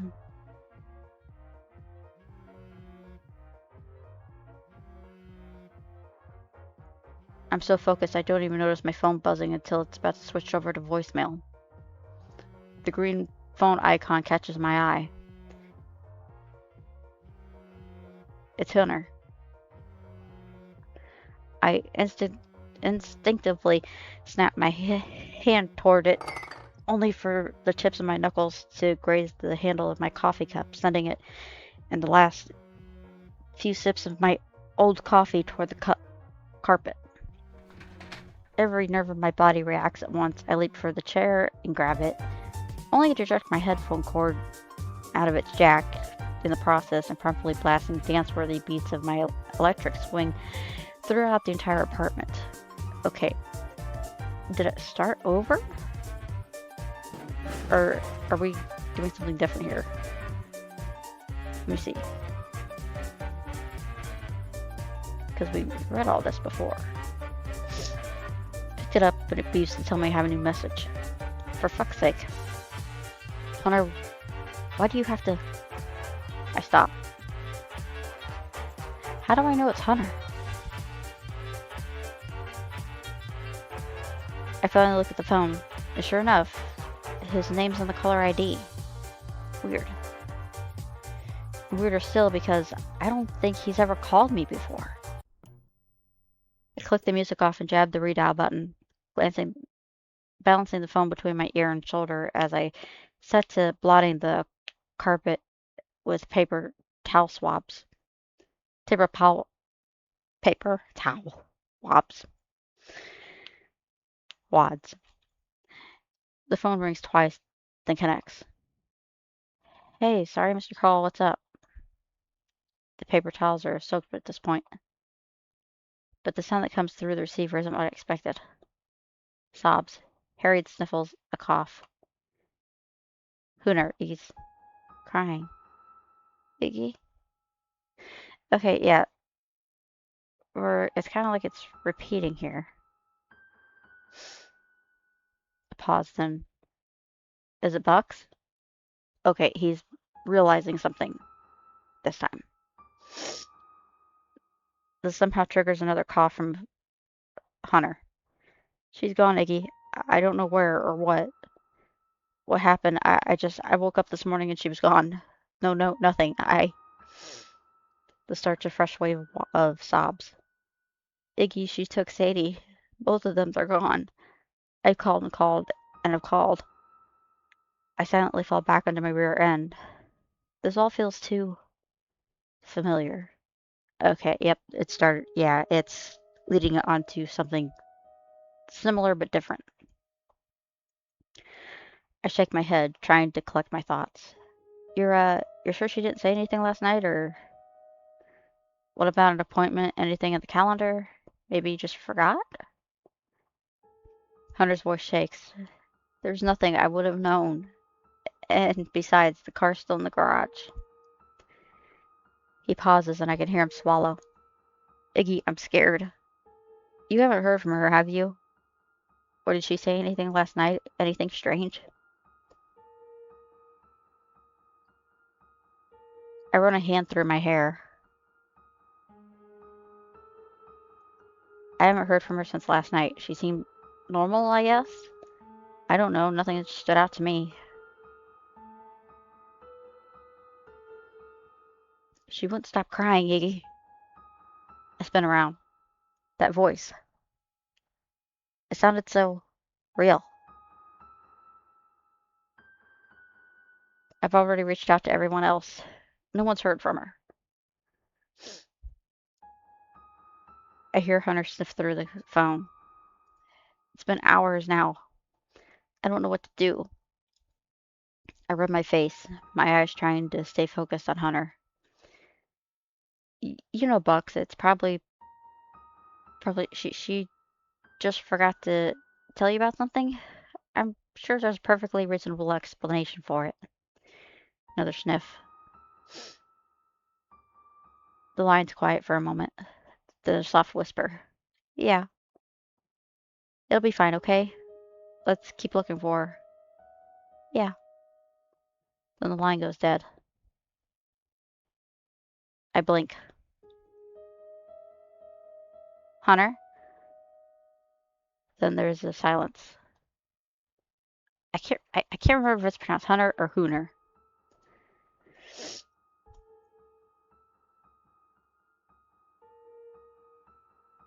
I'm gonna go with Hunar. He must have hung up.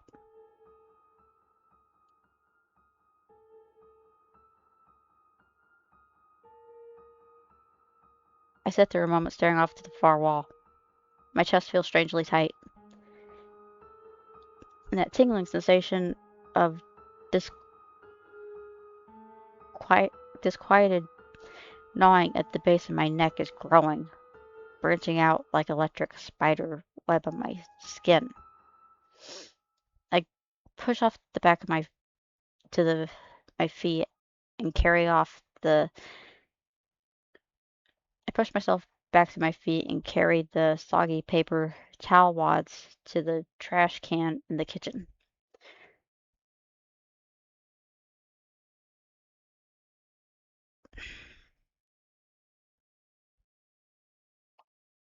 They fall atop an empty fruit snack box with the what the as I watch the drills, the only coffee my sister is willing to like and share is what our dog actually eats in real life. Oh my god, why am I doing that? I don't realize I'm saying shit like this until after I've said it.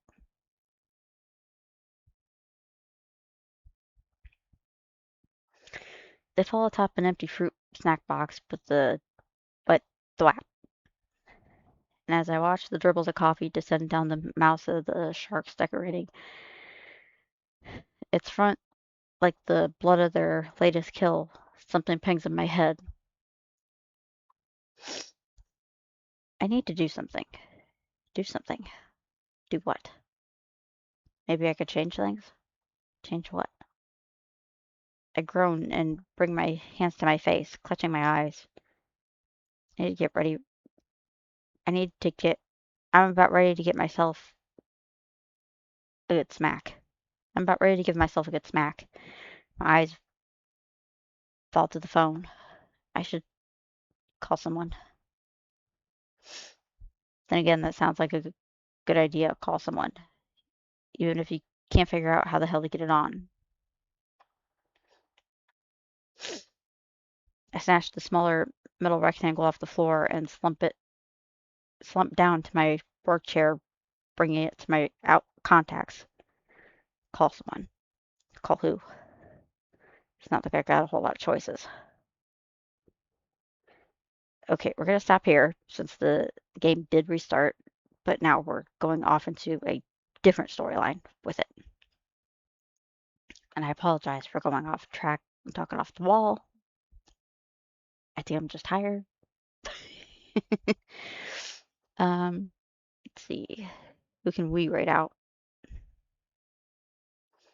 Two following. Um,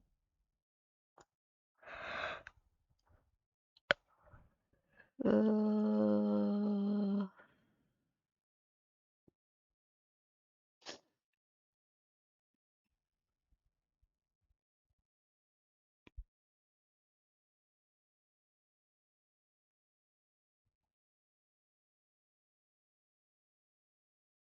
you know what? No, I'm gonna stay playing.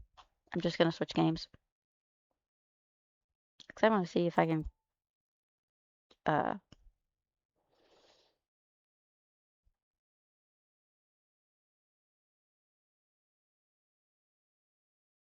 go a little bit further.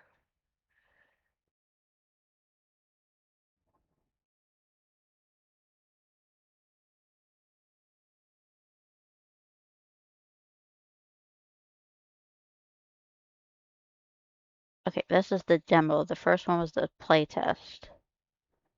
This is the demo.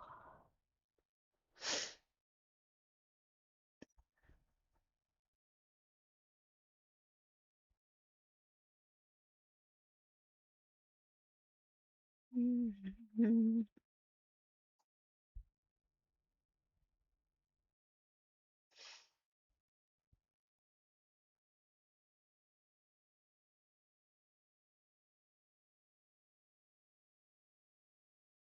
Okay, I gotta pull this up so I can save it.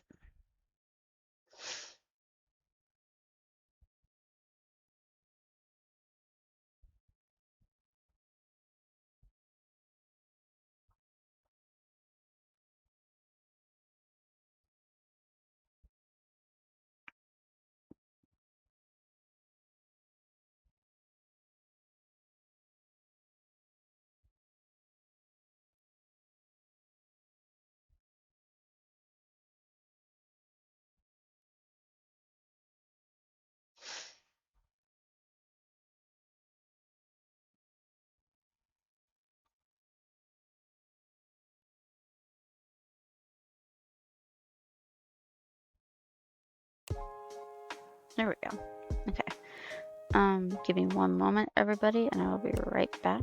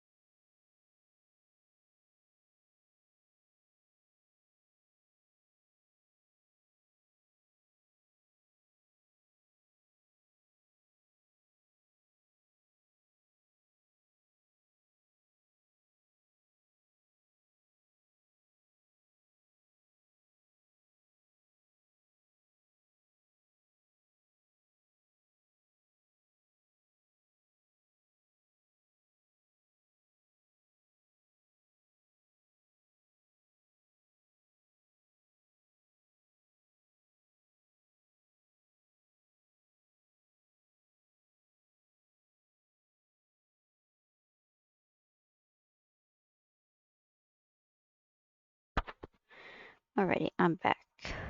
Let's change the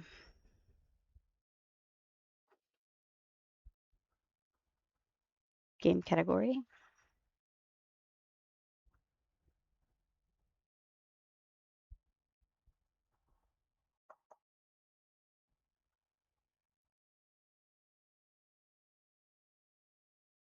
That reminds me, give me 1 second, because I get the feeling.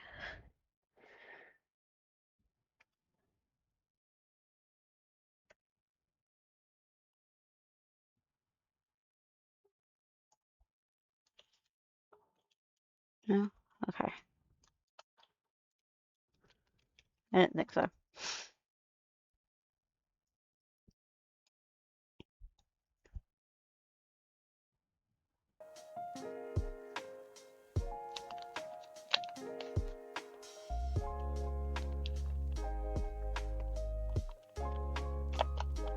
But I went to go get me a snack.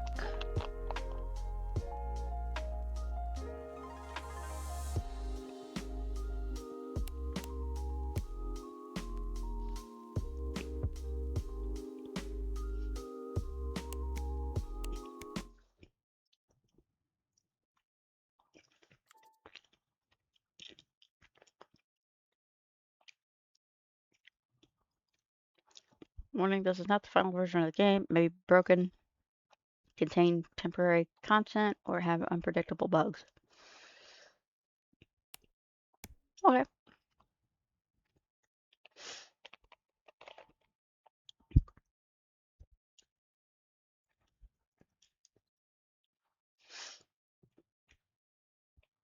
Tokyo, early 2000s, first day at work. Clean up work area, sort out inventory, and throw away open boxes. Then open the repair shop.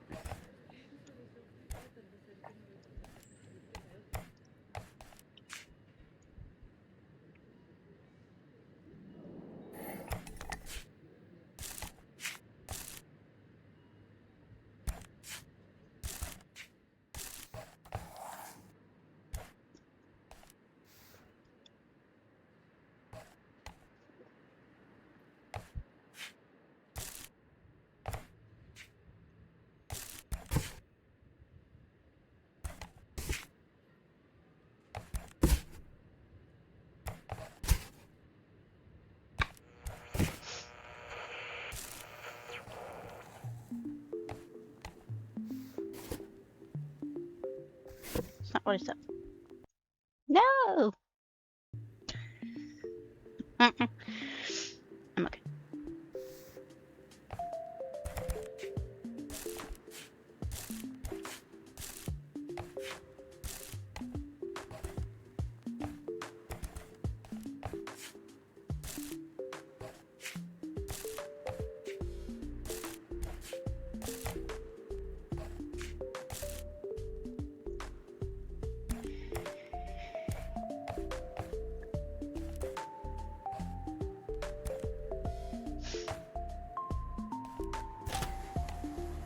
Here we go.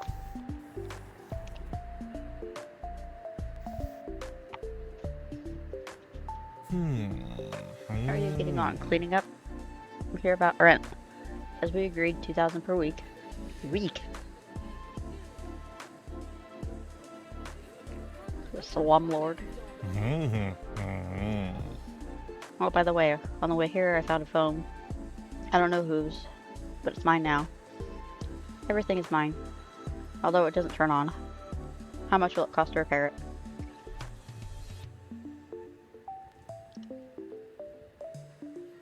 First customer gets free service to celebrate opening. Name the inflation price. Might as well offer to do it for free. Take 75,000 at least, or you'll go out of business at like the last master. When you're done, put the phone on the counter. I'll be around here somewhere.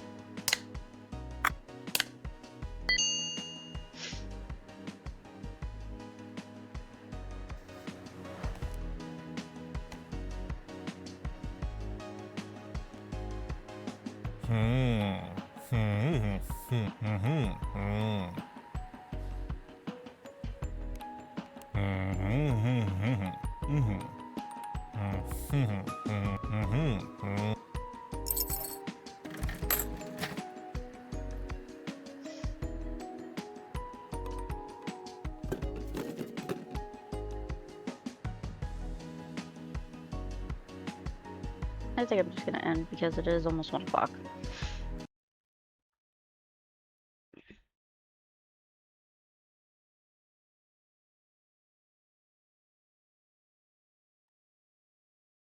but thank you to those who came in. We will pick up our story tomorrow, hopefully a little bit sooner.